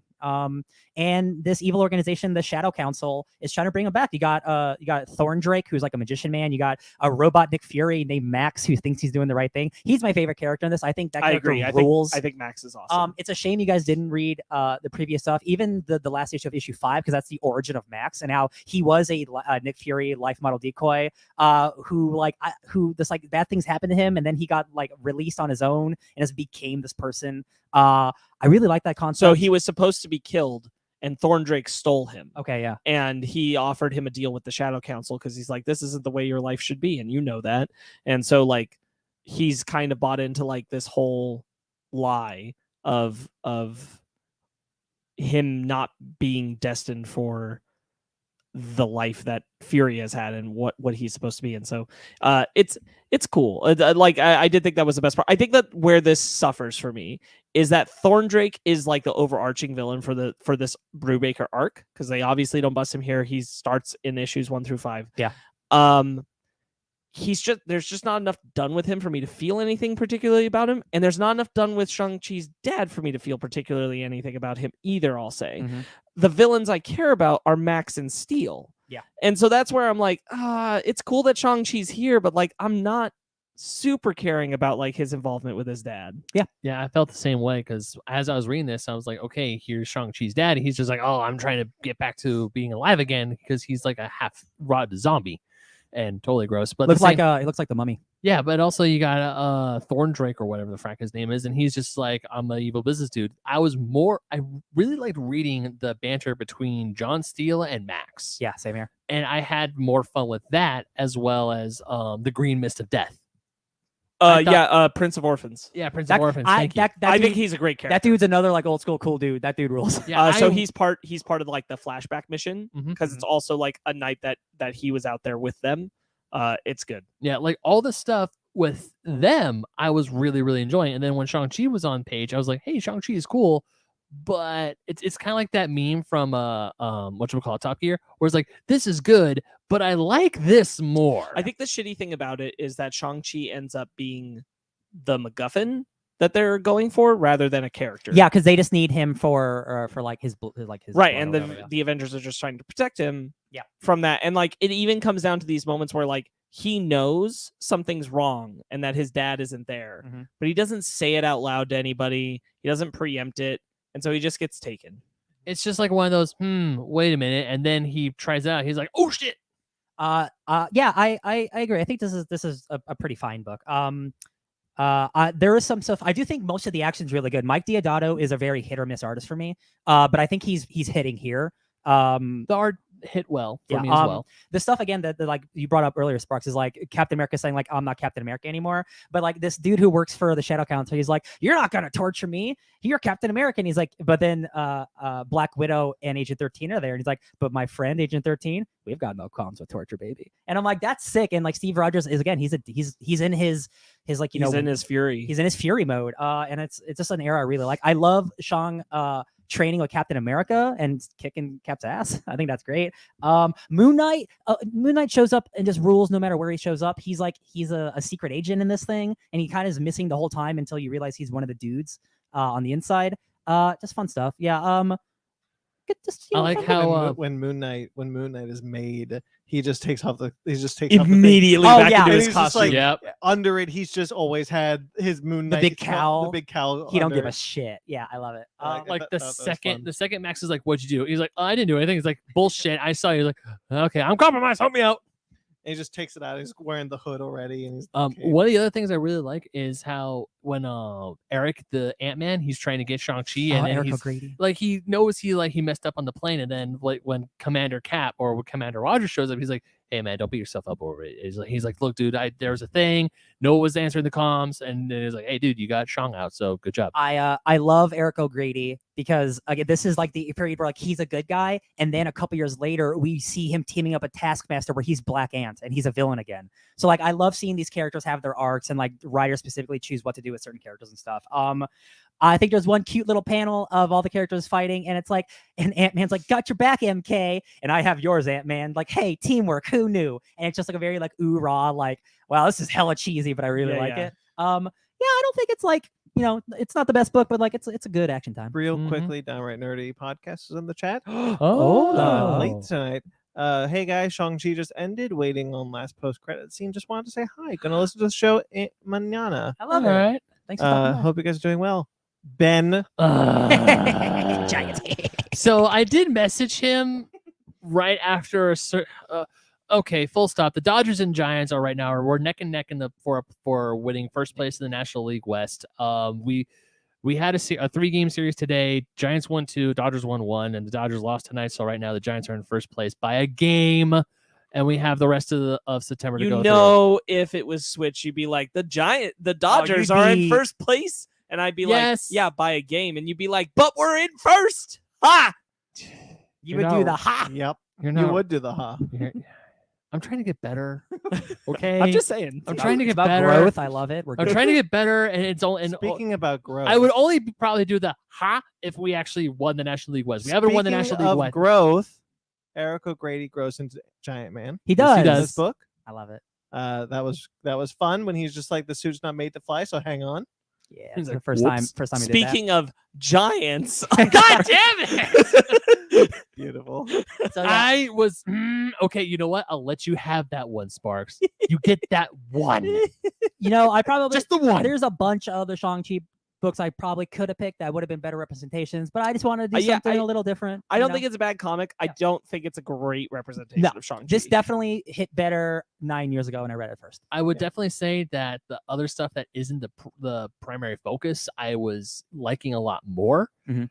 And I kind of do wish I read issues 10 and 11 and 12, which is the Captain John Steele story, because I Yeah. was really curious about John Steele. I've never heard this character before. This is very much like Brubaker's a good storyteller, but this is very much a story that's about Steve and Steele and Max and Thorn Drake. Yeah.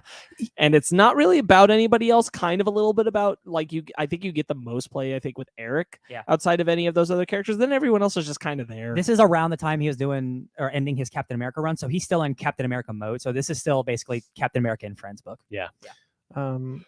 Anything else you want to add, or should we get out of here? No, secretly, hey, that first mission, they go to Mars and they have to fight a possessed Nova. Steve has to put on the Nova helmet, which is cool. Yeah, that's pretty cool. He connects with the War Mind. It's neat. Cool. Getting out a little early today. Wait, I got to talk about Secret Avengers for another 45 minutes. No. Secret Avengers is actually this is a book that continued to be. I think it got only better and better. I think Remender took over this book and made it infinitely better after Brubaker. Brubaker's a really, really he's one of my favorite writers, but his independent stuff is infinitely better than his superhero stuff. Brubaker is actually one of the only people who have bad X-Men run. Oh. Yeah, Brubaker's X-Men is not good. Whoops. It's sad. That sucks. So next week it's my turn. Oh. But we may not have a podcast next week, or I may not Malignant. be on the podcast next week. Malignant? So we'll see. We'll see. We'll figure that out, and then I'll announce what my pick is on social media. TBD. I haven't had the best run of picks lately, so the pressure is on. No pressure, No baby. pressure, bud. What do you mean? My last 4 picks have been not well received by you guys. Is I that mean, true? It doesn't Yeah. matter. Even then, it doesn't matter as long as you like them. Yeah, this is your book club. It's just a What you bit. like? Oh, is it? It's just a bit. Next week is probably Malignant. Otherwise, should we have an episode next week, we'll probably be talking about Malignant, James Wan's new film, which we talked about the trailer earlier today. So check that out. All right. Check out some of our other shows. Make sure to like this video. Make sure to subscribe to this channel. Mag, as always, sending us off. Stay safe, guys. See you next time and catch you later. You're the best. Yeah. Mag, make sure to like this video and subscribe to this channel. You can check out our other shows. If you want some more audio shows, you could check out Conversation, where my latest episode, now that has gone bi-weekly, is with Ben Magnet. Hello. Next week, this week, before I leave, I'm going to be putting up Christian Renteria. So, Oh, I forgot to mention. I listened to several of your conversations, and I listened to your Howard Scott Warshaw interview. I think that's his name, Howard Scott Warshaw. Howard Scott Warshaw, Got yes. it, cool. cool. And you can check out some of the other video shows we have up here. There are currently 2 Fake Nerds Watch happening right now. Watches? Fake Nerd Watches? Fake Nerds Watches. Watch eye. What was that? Don't worry about it.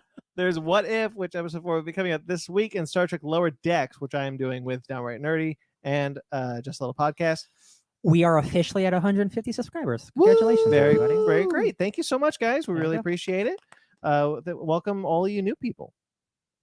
And you can check out Basement Arcade.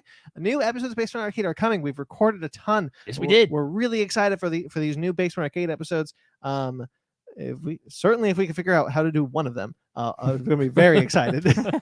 And Basement Arcade Pause Menu has more episodes coming, but 2 episodes are in the description below, both audio and visual episodes. Gamescom and Howard Scott Warshaw. Yeah. So check those out. Fake Nerd Book Club coming back soon. We're discussing things. Exciting things are happening all across the Fake Nerd Podcast Network. A family of podcasts. I try not to say network. Animation Station. You can check out Animation Station. Our latest episode is still up there. A new episode's coming soon. Sparks and I might try and put up a new episode this week. I don't know if I'll say we'll put it up this week, but you and I are going to try and record a new episode this week. So we'll see if that happens. Both of us are going out of town this week, so that's creating an issue. Yup. You can check out We're Not Going Together, guys. Calm down. I mean, we could have. Well, I would have rather. You can check out our mask. The pandemic's still happening. You want to go see some movies? Why don't you go see some movies with our Fake Nerd Podcast mask? Represent your favorite podcast at the movies with our exclusive Fake Nerd Podcast masks. Linked below. Represent. You can check out our Patreon, which currently has the exclusive shirt. I'm so sorry, the first shirts are delayed. I'm getting to the bottom of this. There's some issues with my family right now. I apologize. And of course, you can check out our TeePublic. You want some shirts that are going to come on time? TeePublic. There you go. With all the logos you can find. So cool stuff. You can check out our website. All those links are down below, and of course our website at fakenerdpodcast.com, where Ben has put up a new blog post. I did up on Nostalgia's Bitch. Thank you to everyone who listens. Thank you to everyone who watches. Thank you to everyone who watches the live show and the rewind. Thank you to Jeremy Bellucci for our theme music that you heard tonight and all the theme music for every single show. You can find him at Jeremy Bellucci Keyboards. And you can find his podcast, Suburban Proctologist, on iTunes or Facebook.com/Suburban Proctologist Official or Instagram at Subproc Podcast. And of course, you can find Mike Matola, who did all of our logos. Oh, not all of our logos. Fake Nerd Podcast, Miscellaneous, Fake Nerd Book Club logos. And he has a new episode of Fake Nerds Watch in the description below as far as audio, but you can find it on the video feed as well. You can find him at Mike Matola. And you can find us on all social medias, Twitter, Instagram, Facebook, all at Fake Nerd Podcast, fakenerdguys@gmail.com. If you'd like to get in touch with us personally, I'm at BT McClure on Instagram and Twitter. Ben? You can find me still riding the high of interviewing Atari legend Howard Scott Warshaw at BenMagnet27 on Instagram and Twitter. And you can also find me writing about why people selling retro video games for obscene prices is stupid and outrageous at oldschoolgamermagazine.com. And also, Brandon, if I may, I like to do a little preview because you said I got new episodes of Basement Arcade in the works. Not only is the episode with Ali Sai, who was in the chat earlier in the show, also I'm doing an episode with podcast from England, Arcade Attack. That's coming up soon. Oh, exciting. Yeah, that's getting recorded this weekend. Fun and quick little fun fact. With Ali, I had to record that episode at 2 o'clock in the morning for me. And with Arcade Attack, it's going to be at 8 o'clock in the morning for me. Yay. Time zones, people. That's how they work. But I'm willing to do it because I love doing this show. BenMagnet27. BenMagnet27 Instagram and Twitter. Ryan? You can find the future slut at DJ Tony Snark everywhere. Sparks? You can find me taking my first ever trip to Disney World at Sparks Witty on Instagram and Twitter, SPARKZ Witty. I will see you at episode 256. Nice. You've never been to Disney? Oh, you went to Shanghai. I've never been to Disney World. I've never been to Disney World. I've been to Shanghai Disneyland. I've never been to I Disney am World. envious, but also happy for you that you're able to go. Subscribe to us on iTunes, Stitcher, Google Play, TuneIn, Spotify, iHeartRadio, Amazon Music and Podcasts, and Pandora. Rate and review wherever you get us. Like this video, subscribe to this channel, and until next time you see us, stay fake nerds. Tony!